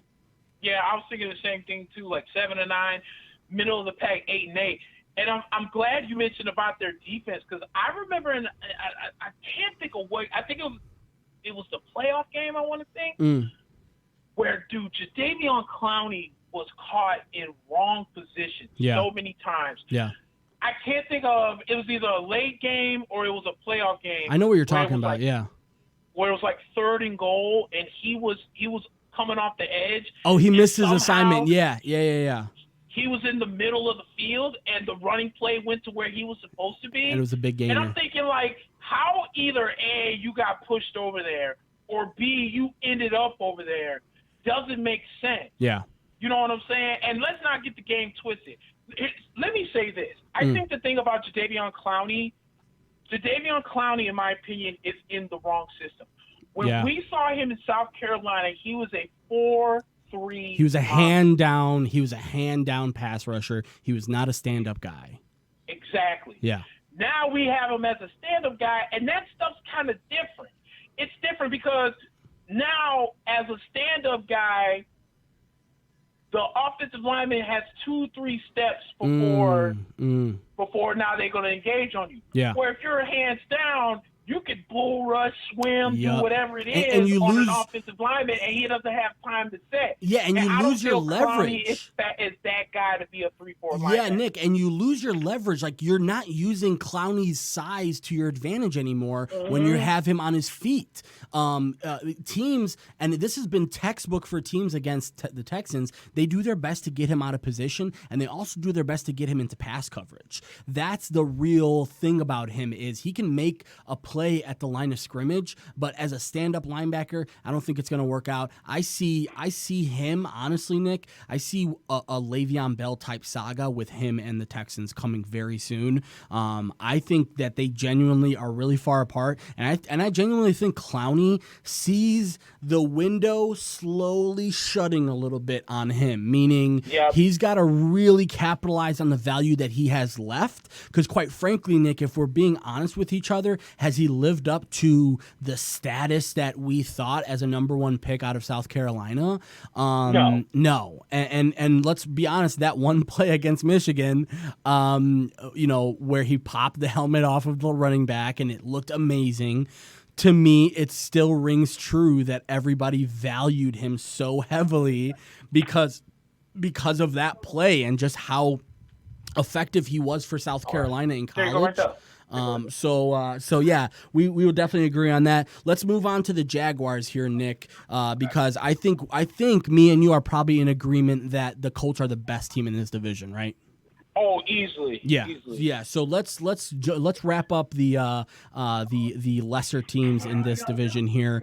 Here with the Jaguars. The Jaguars are a really interesting case, Nick. This is a team that was really successful a couple years ago, made it to the playoffs, and eventually did they make it to the AFC Championship, Nick? The year before, yes. Yeah, with Bortles, right? Not last year, right? The year before, they made it to the AFC Championship with Blake Bortles, and they actually were beating New England. They were, they were. Yep, yeah. And that defense that year, my God, Nick, was absolutely a force to be reckoned with, and last year they came out lackluster on offense, and I think that really affected their defense, Nick. And we saw this team wasn't very good last year. They got exposed a lot. Leonard Fournette, who they invested a high pick in, was not able to stay on the field. And quite frankly, they don't have, their weapons, Nick. We left that season after they made it to the AFC Championship and went, wow, they look really good. Marquise Lee and D.D. Westbrook and da-da-da-da-da.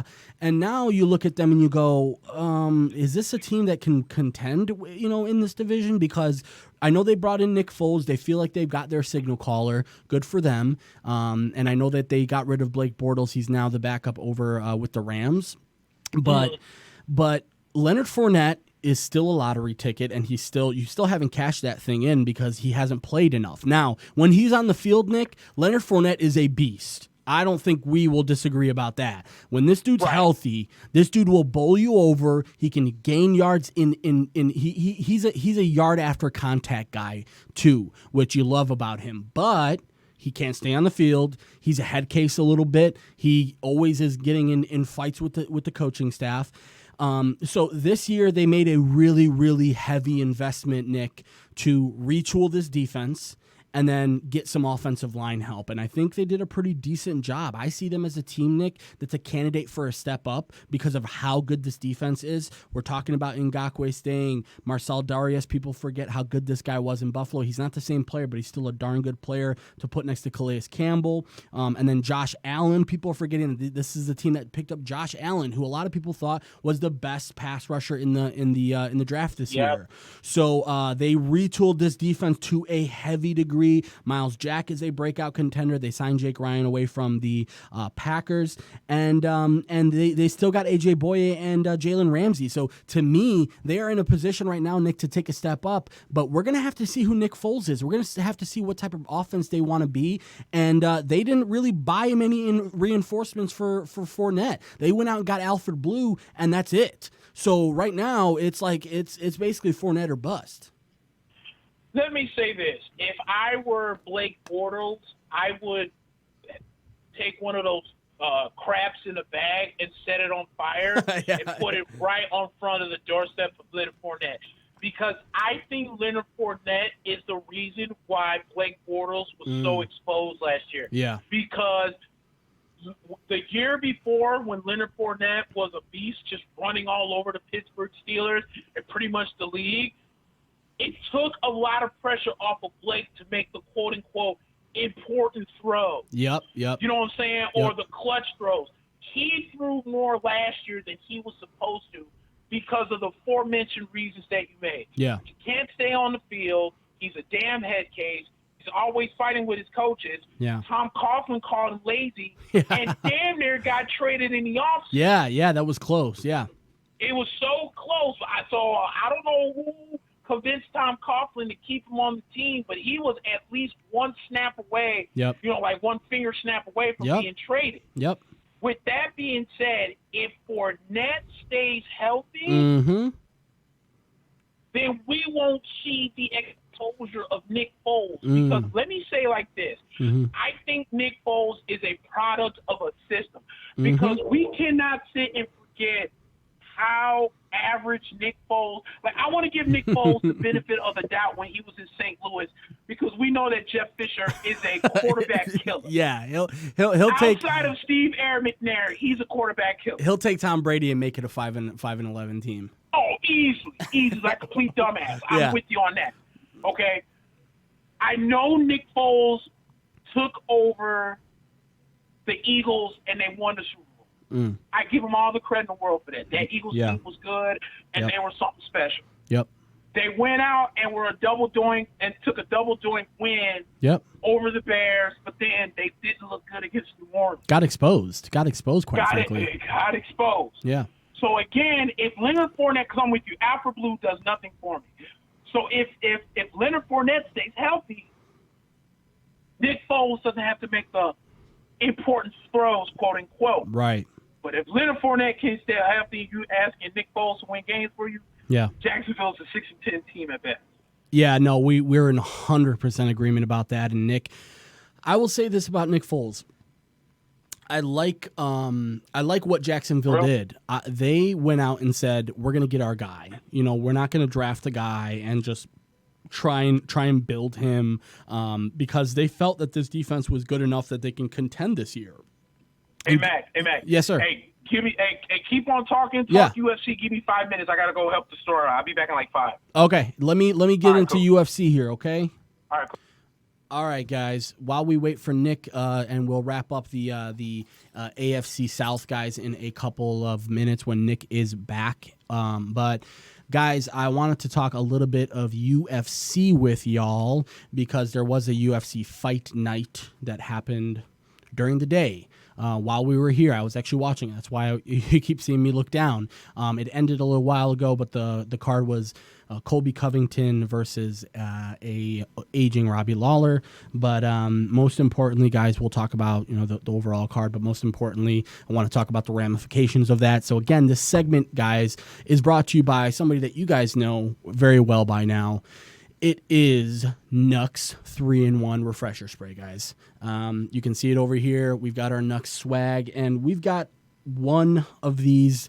I'm going to need it right now. I'm sorry, Steve. I'm going to have to dump a little over the clothes right now because I am a little bit sweaty. I'm always sweaty. I'm not hot. I'm just sweaty. And that's what Nux is for, guys. I'm telling you, we've talked about it for a couple of weeks now. It is hot as the dickens outside right now. We are seeing that it's kind of fluxing from high 90s to the 80s, but it feels like the 90s. So it's perfect for guys like me right now, guys, that I have Nux 3-in-1 in such an easy fashion like that. I just kind of sprayed myself, and I can already sort of feel some of the effects, and smells great. That's the Zeus scent. We will talk about, I'm gonna have to get next time we're in studio. We're gonna nail down what we think that smells like, but it smells really good, guys. And so again, when you're running around on a hot day, guys, and it is sticky, nasty, sweaty, and you don't have time to take a shower, don't have a time to change clothes, you guys know what to do by now. If you guys have ever played sports or really anything that makes you sweat. In my case, anything, living, breathing, then you guys know the feeling, itching, chafing, stinking, the smell, the uncomfortability, the loss of personality, and just the overall embarrassment of being super sweaty and nasty, guys. That's all involved. And I know that, there's popular baby powders, there's like body sprays that, smell like different, rotting fruits. And there's never been a product that can really give you everything that you need. And I feel like right now, guys, we found the solution with this Nux 3-in-1 refresher spray. It is made to replace all the halfway solutions on the market. That's what they are, guys. They get you halfway there, but they don't give you what you need for this. And that's what Nux 3-in-1 does. It is a moisture-absorbing spray that is designed specifically for guys, okay? And we're talking about what is the deciding factor between you being a guy or not a guy? It's that thing that's between your legs or those things, and they tend to get a little bit nasty, a little bit sweaty, especially when you are a overweight and sort of a giant person like myself. It gets a little bit hard down there. So again, guys, armpits, clothing, sports pads, athletic equipment, boxing gloves, helmets, anything that you would use that you would sweat in or on, this was made for that. And most of all, Nick, as we like to call him, is a great guy, and we love talking to him. The last time I was in the studio, that was great. Yeah, guys, I know that Nick has put in a lot of work on this, and you can tell just by the product itself. It is, and it also, guys, Nux 3-in-1 Refresher Spray has no aluminum ingredients, and is tested to be safe and effective all over the body. It does come, as we talked about, scented and unscented. So this is a Zeus scent, and there's also the unscented, which is a really great option if you don't want to smell like anything. So again, guys, the website is pretty obvious, mynux.com. Again, guys, myKnucks.com. And go check them out, guys. Go see for yourself. And next time you see me, hopefully I will have a shirt with a Nux logo on it, right, Steve? Yeah, that's right. I'm trying to, as you can see, I'm trying to push this thing along. I'm like, can I get that shirt or not?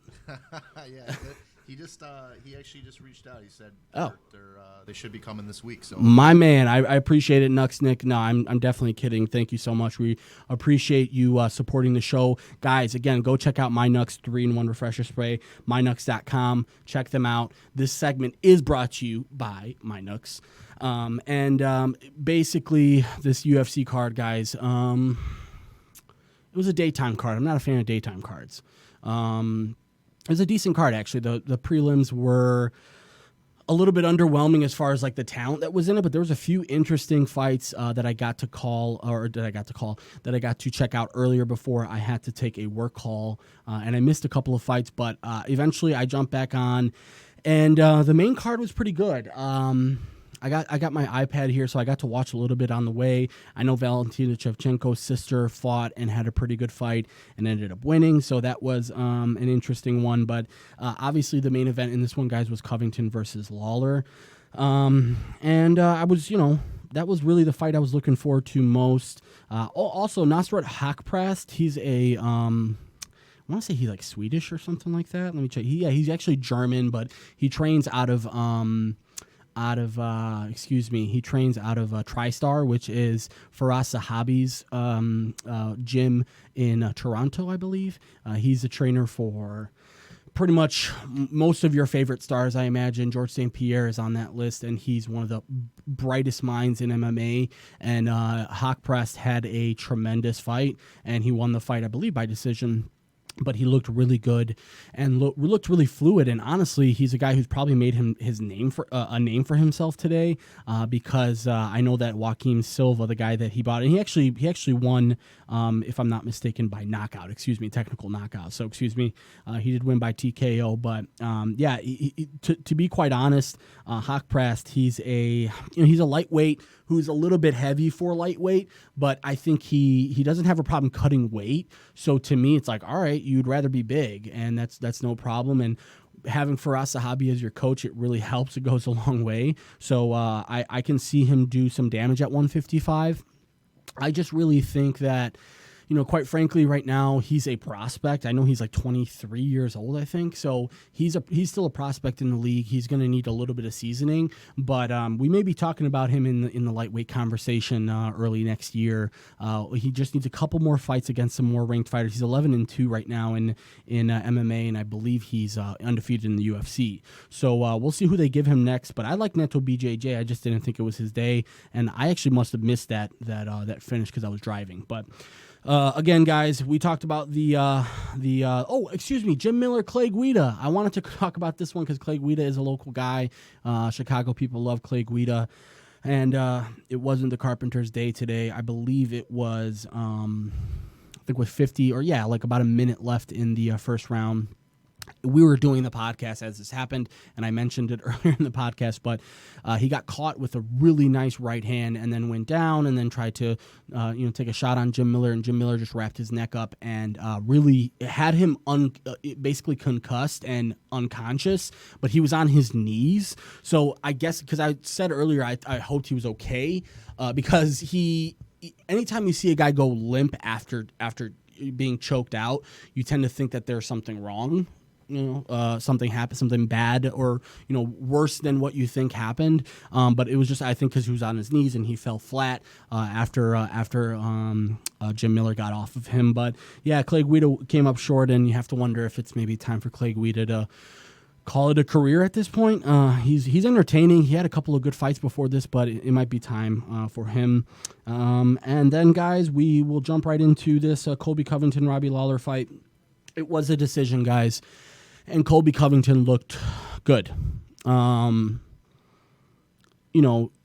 don't necessarily think that this is something that he was so good that he needs to go fight for the welterweight championship. I don't think this warrants him going and getting an automatic bid at Usman. I still think Jorge Masvidal made a statement against Ben Askren a couple of weeks ago, and I think he deserves that shot. So hopefully he gets that shot. I didn't have a chance to listen to the fodder afterwards, but I don't want people to get obsessed or a little bit caught up with what happened recently. You have to look at the overall body of work and what Masvidal has done over the last few fights. Put out Darren Till. He's obviously put out Ben Askren, and those are two of the best guys at 170. So to me right now, I think it's really down to what the UFC is thinking when it comes to the welterweight championship. I think Usman right now, he needs to get a fight soon, okay? And I know there's talk of him being possibly injured, to me that might be a mistake on the part of Usman if he's lobbying for a fight later on in the year. I think the Masvidal fight is going to be really tough for Usman. Don't get me wrong, I think Masvidal is probably outmatched when it comes to grappling. But man, is this dude Masvidal? He's just a fighter. He's just a dude who knows how to fight another guy, and that is just the really key part to him. Is he doesn't have a style. He's one of the best boxers in the UFC, and a lot of people would say he's the best boxer in the UFC. I've mentioned this before. He used to fight with Kimbo Slice on the streets and bare knuckle boxing on YouTube, and this is a guy who's been fighting for a long, long time and still has another good 3 to 4 or 5 years left in him. So to me right now, it would be interesting to see Usman against Masvidal, but I guess we'll have to see about that. The other UFC thing I want to talk to you guys about is this whole Chris Cyborg situation. So if you guys missed it last week, Chris Cyborg fought, I want to say her name is Amanda Spencer. Really good fighter, Spencer is. She made her name in Invicta, so we don't really know much about her. I haven't seen her before this fight, but I know that watching the highlights and watching Joe Rogan, he had an off day. Joe Rogan did. A lot of people have said that, and I agree with that. He had a really off day that whole card, and the whole fight with Cyborg, he was basically talking as if Spencer was winning the fight, even though she was getting dominated. So much so that John Anik had to come out this week on Instagram and basically put out a message saying, hey, we weren't talking shit about Cyborg. And I don't think they were at all. I just think that they didn't realize how they were coming off, meaning they didn't realize that their talk about Spencer was almost undermining how well Cyborg was doing in that fight. She was dominating that fight. The one thing that really, really was a huge factor is that Spencer in the first round hit Cyborg with a really, really nice, well-timed, well-placed elbow on the forehead, and it split for Cyborg wide open, and there was a gap right in between there, and it was just a big, nasty cut. And from what Cyborg said, that was the nastiest cut and the first cut she's ever had that big on her face.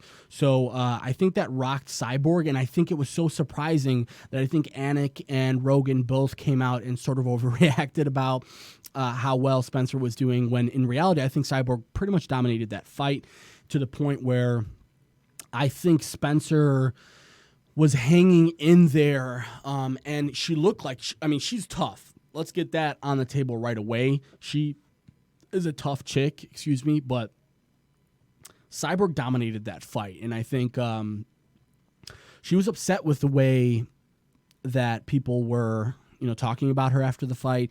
Dana White and her have a sort of a bad history. Joe Rogan has said some nice things about her, mainly to do with steroid allegations and people calling her that she looks like a man. At one point, I believe Dana White had said something along the lines of she looks like she's like another Brazilian male fighter. His name is escaping me for some reason. I just thought of it an hour ago. But Vanderlei Silva. He said, Cyborg looks like Vanderlei Silva, and that's not something that's professional. I will tell you that in any other workplace in America, you'd probably get fired for saying that about one of your employees. But Dana White seems to be untouchable when it comes to that, and I know that he came out and apologized, and that was before she fought in the UFC. And Joe Rogan's comments about her possibly having a penis were jokes. Obviously, he's a comedian, and he was saying with another comedian, Tony Hinchcliffe, and they got in big trouble, and they had to come out and apologize. And again, John Anik came out and said sorry, but we weren't. There was no bias commentating there, and I think this got put under the microscope really, really heavily because this was the last fight under Cyborg's contract. For all intents and purposes, we thought that this was the last fight on the contract, and then it was a no-brainer that the UFC would go in and renegotiate with her. And then after the fight, Dana White, he's talked it back a little bit since, but he basically was saying, she doesn't want to fight Cyborg doesn't want to fight Amanda Nunes. And Cyborg basically said, no, I never said that. I do want to fight Amanda Nunes. And in fact, she did say it after the fight. She said it to Joe Rogan. I want to fight Amanda, and I want to fight Amanda. Joe Rogan asked her. She's like, yeah, I want to fight Amanda again. I think Dana White is probably referencing when I think the first time around before Amanda and Cyborg had fought, he had asked Cyborg to fight Amanda, and she decided that she wanted to fight. She wanted a warm-up fight, essentially, and asked Dana to schedule 2 basically pushovers. And Dana White said no, and he lost respect for her and all this stuff. And Cyborg doubled down and basically said, fuck you to Dana White, and went out on social media and basically put out a video that made it seem as if she was telling him to his face that he was lying and that she wanted the Cyborg fight. And then she came out the day after that and apologized and said that her team had doctored that video and basically made it look like, Dana White said something that he didn't actually say. He did say it, but they cut out a part of what he said, and it made it seem like he said something else. So Dana White, obviously upset with that, came out and said, we're no longer in the Cyborg business. So Cyborg is no longer in the UFC, and there's a possibility that we may never see her again in the UFC. And to me, that is a really huge mistake on both parties' sides. I think Cyborg has a case when it comes to this. I think that Dana White, he's not exactly known for being pro-fighter. Let's put it that way. This is a guy who doesn't want there to be a union for fighters. He's a guy who's taken so much flack for how much money the UFC generates and how much money some of these fighters make. He's a guy who really doesn't give a shit. He just runs his business the way he runs his business. And he's done a damn good job. I will say that. Listen, this whole UFC thing, if you want to watch a pretty cool documentary about how him and his childhood friend and his brother, the Fertitta brothers, basically bought the UFC when the UFC was not a sustainable business, and they took it from I want to say a couple $1 million investment to now a $4 billion sale to WME. So, listen, they are out of the Cyborg business, and Cyborg, to me, that's a loss for her, man. She can go to another. Listen, I know PFL is already on top of that. I know Bellator, Scott Coker has been very adamant about the fact that he loves Cyborg and he would love to bring her. But the competition there is just, I want to see her fight Amanda again. And I think that was really disappointing. The fact that we're not going to be able to see her fight Amanda is a giant problem in my mind. I think we saw what Amanda can do in the first fight. I know it only took a minute, and it was a very underwhelming result when it came to Cyborg's side. But I think she deserved a rematch, and I think Dana jumped the gun a little bit. I think he should, that goes back to my thought process on whether or not Dana does a good enough job with the fighters right now. He takes a lot of flack, and he uses a couple examples of guys he's made kings and said, well, look at these guys. And we're not talking about that. I mean, people forget that the roster for the UFC is not a couple guys. There's, I want to say now it's over 400. I may be wrong about that. I know it's in the 300 to 400 range of fighters on this roster. And a lot of fighters on this roster, guys, are making 30 and 30, meaning 30,000. It's 30 to 50,000 basically. So 30 or 50,000 to show for the fight and 30 or 50,000 to win the fight. There's obviously bonuses involved in there as well. Taking into consideration, guys, that most fighters really only get to fight twice or 3 times a year. I know there's fighters who fight more, but twice or 3 times a year, if we're taking that into consideration, and we're talking about some guys could be making as little as 50,000 in a fight. We're talking about guys who are being paid like less than $100,000 a year sometimes for fighting, and people don't understand how expensive it is to fight. To have a training camp, guys, is an expense. To go and have a gym membership and pay guys to be in your corner is an expensive thing. And some of these guys are only fighting to break even. And some of these guys, quite frankly, if they lose the fight, that's money that they need. Not like, oh, man, I lost. I've still got a lot, but that's like, hey, I'm basically paycheck to paycheck, and me losing this fight means I lose $50,000. And, again, that the difference between $50,000 and $100,000 at the end of the day is a giant number and giant difference when you're talking about just the lack of resources that some of these fighters have. I know that they have the UFC headquarters in Las Vegas. From what I understand, the facility is amazing. It's state of the art. They've got, basically UFC fighters can come in and train there if they want to. But I just don't think right now that, this goes back to what I quite frankly feel about, just working in general in America. It's like, this whole top 5% or top 1% is hoarding like 90% of the money. And the bottom 90% is basically scrapping for what they can get. And that's not a good way to run a business, especially a business where guys are kicking and hitting each other in the head and trying to incapacitate each other. This is a league that needs a union, guys. And Ariel Helwani has gone to bat and has butted heads with Dana White in the past about some of the ways that he treats journalists, some of the way he treats the media. The UFC is a young organization. They are not, let's just say they're not exactly the NBA by any stretch of the imagination. They're not even the MLB or even, again, football, who have been along for a long, long time. So the UFC is still learning, and I understand they have room to grow, and they've done some growing over the last couple of years. But again, I'm still worried about the disparity right now between what a guy like, McGregor, what somebody, even Amanda Nunes is making a nice check, but she didn't rake in that much. Like the Jorge Masvidal fight, credit to Masvidal. If it wasn't for the whole 2-piece in a biscuit, super necessary, some of the other things he said in social media that took over social media, he wouldn't be looking at that much of a paycheck. I want to say, guys, and I know we sound crazy talking about it like this, but in saying that this is a low number, and I sound like an asshole talking about how $120,000 is a low amount of money. But again, we're talking about a guy who's investing possibly a couple, let's say, 10 to 40,000 in just his camp and his recovery and some of the things that he needs to live during his training camps. And again, 120,000 sounds really nice to me and probably you guys, but at the end of the day, this is a guy who's been fighting for a long time, has paid his dues, and he deserves, the opportunity to make the payday that guys like, McGregor has made. Look at what McGregor has done to the UFC.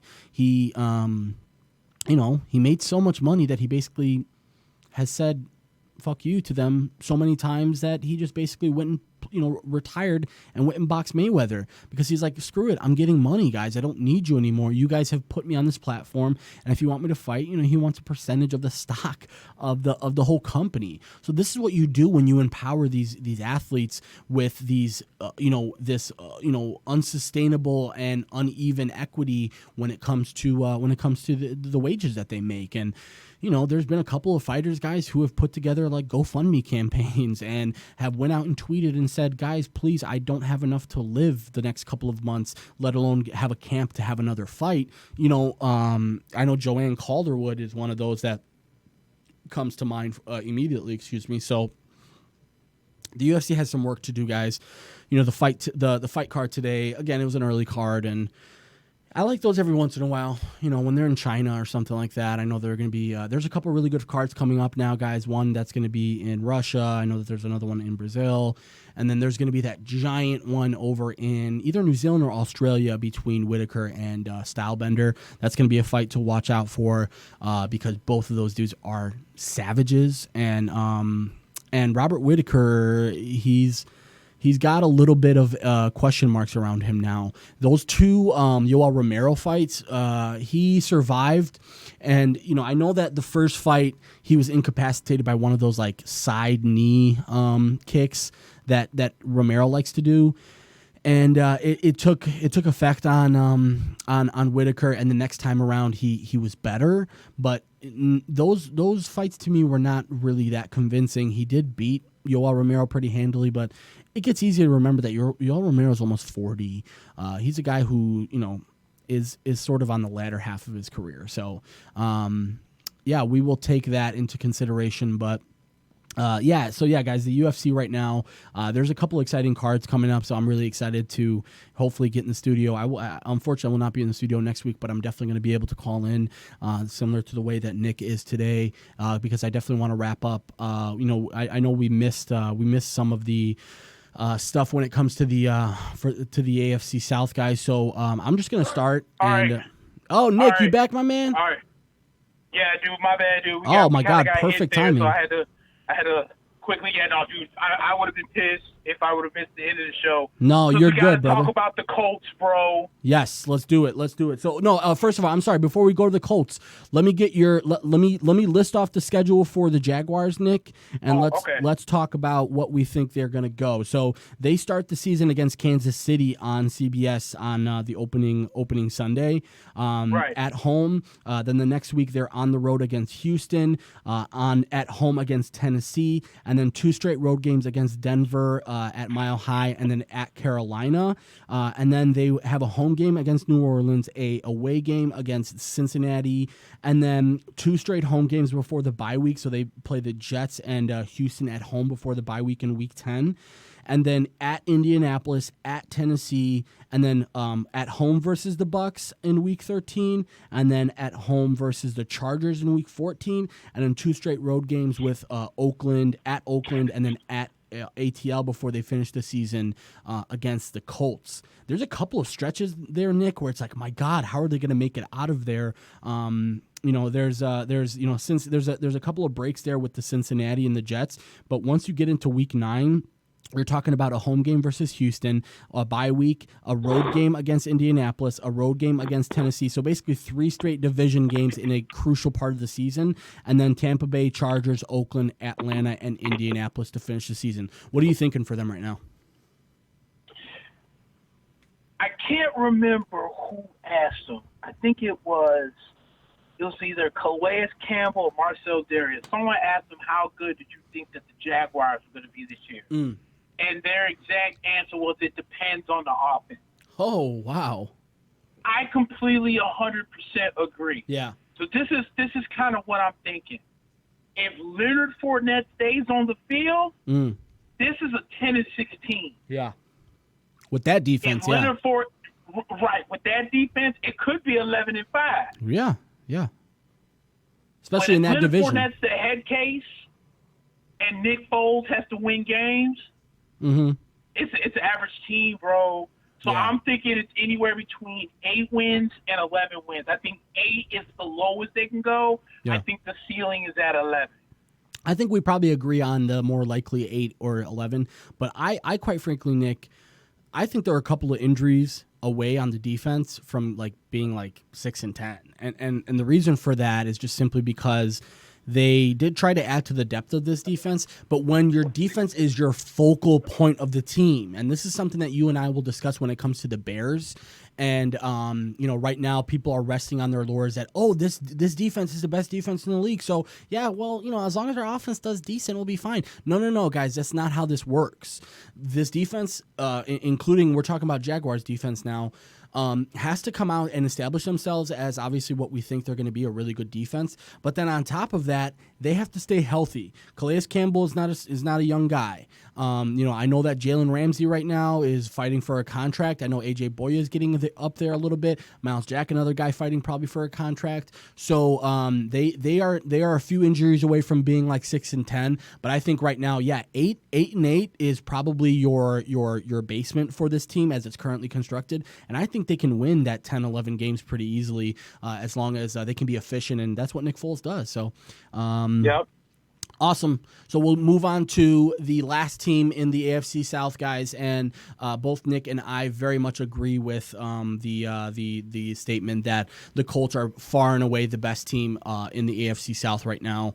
Andrew Luck is back, Nick, and he's back like he never left. Bro, okay, here we go. Every year that I've been doing football predictions, I put one guy that's not a Buccaneer on a pedestal and just ride the horse, figuratively speaking, yes, until the end of the season. We have found that point. Bold predictions. Andrew Luck, 4,000 yards, 40 touchdowns, 13 interceptions because he's going to throw picks. Sure. MVP. Wow. And not only do I have the Indianapolis Colts winning the South, not only do I have the Indianapolis Colts representing the AFC in the Super Bowl, I have the Indianapolis Colts winning the Super Bowl this year. Wow. I am high on the Colts. Yeah. I think the Colts went from no Andrew Luck, 5 wins. Yep. With Andrew Luck and drafting Quentin Nelson and Darius Leonard. Wins. Yeah. This whole offense is still gel. Marlon Mack. You brought in Devin Funchess. You still have T.Y. Hilton. Look how we all know that Andrew Luck loves throwing to his tight end. Yes, sir. Look how good Eric Ebron was last year. And no Jack Doyle. Jack Doyle's Doyle back. In this. Yeah, Jack Doyle's back, and he loves Andrew Luck loves Doyle. Right. Then I just mentioned Quentin Nelson, Anthony Costanzo, Brian Kelly, Mark Levinsky, Braden Smith. This offense, if healthy, will be a top 3 offense this year. Yeah. I am so high on Andrew Luck. Like, if I didn't love Jameis Winston so much, I would trade Jameis and for my next 4 first-round draft picks for Andrew Luck in Tampa Bay. Yeah. That's how much I love Andrew Luck. And this defense this year, yeah. I mean, we already know how good they were last year. Now you just added Justin Houston. Yep. If Justin Houston finds the sack totals he had from the year before, because last year was a down year, but if he can find the year before sack totals, this defense is dangerous because Darius Leonard went from being a 4th-round pick to one of the best linebackers in the game. Yeah, absolutely. And honestly, Nick, I'm right there on board with you. The Super Bowl pick, to me, it doesn't surprise me because this is a really, really well put together team. I can't say enough about what Indianapolis has done over the last 2 years. What they have done, they went, Nick, you remember this. And I know you remember this, but there was a time when Andrew Luck went down that people were like, is this it for him? Is his career over? Right. Remember, there were reports like he can't throw farther than 12 yards. Like for a couple months of his recovery, he couldn't, they didn't let him throw farther than 12 yards. Right. And all of the sudden, people were like, "Oh my God, his career's over. The Colts are done. They're one of the worst teams in the league now." And last season, he comes out, and the culture shift that Frank Reich brought from Philadelphia, after people forget this, Nick. Remember, they went after McDaniels last offseason, and McDaniels he accepted the job, and then 2 days later, the Patriots called him and said, "We'll pay you more to come back, and once Belichick's done, you can have the job." So he said, "Fuck this, fuck Indianapolis. I'm going back to New England." And people looked at the Colts like they were second fiddle. Wright comes in there, and he does his thing with this team. He built the offensive line. You talked about Quentin Nelson. For the first time, Nick, in Andrew Luck's career, the front office prioritized players for him. And they said, this guy needs an offensive line. And this year, Nick, they didn't slouch around in the offseason. They went out and got Devin Funchess on the offensive side of the ball, give him one more big wide receiver other than T.Y., who's more of a down-the-field threat. And we talked about how much they love the two tight end set, so Eric Ebron and Jack Doyle are both going to be in it. And this offensive line is elite. So really the number one question is now, well, can this defense be sustainable? And last year, they didn't even have Justin Houston. They're bringing back basically the same team. So to me, I thought I was a little bit surprised because they had a lot of money to spend this offseason, but they decided to spend smart. And that just goes to show that the culture shift has really come there. They could have went out and spent a lot of money on guys, and they decided not to. They just made that Justin Houston trade, and quite frankly, this team looks really good. I will say, Nick, the one thing that worries me is their secondary. I don't want this team to get into a shootout every single game, because you've been watching Andrew Luck and this Colts team enough. When they try and win shootouts, it's really hard for them.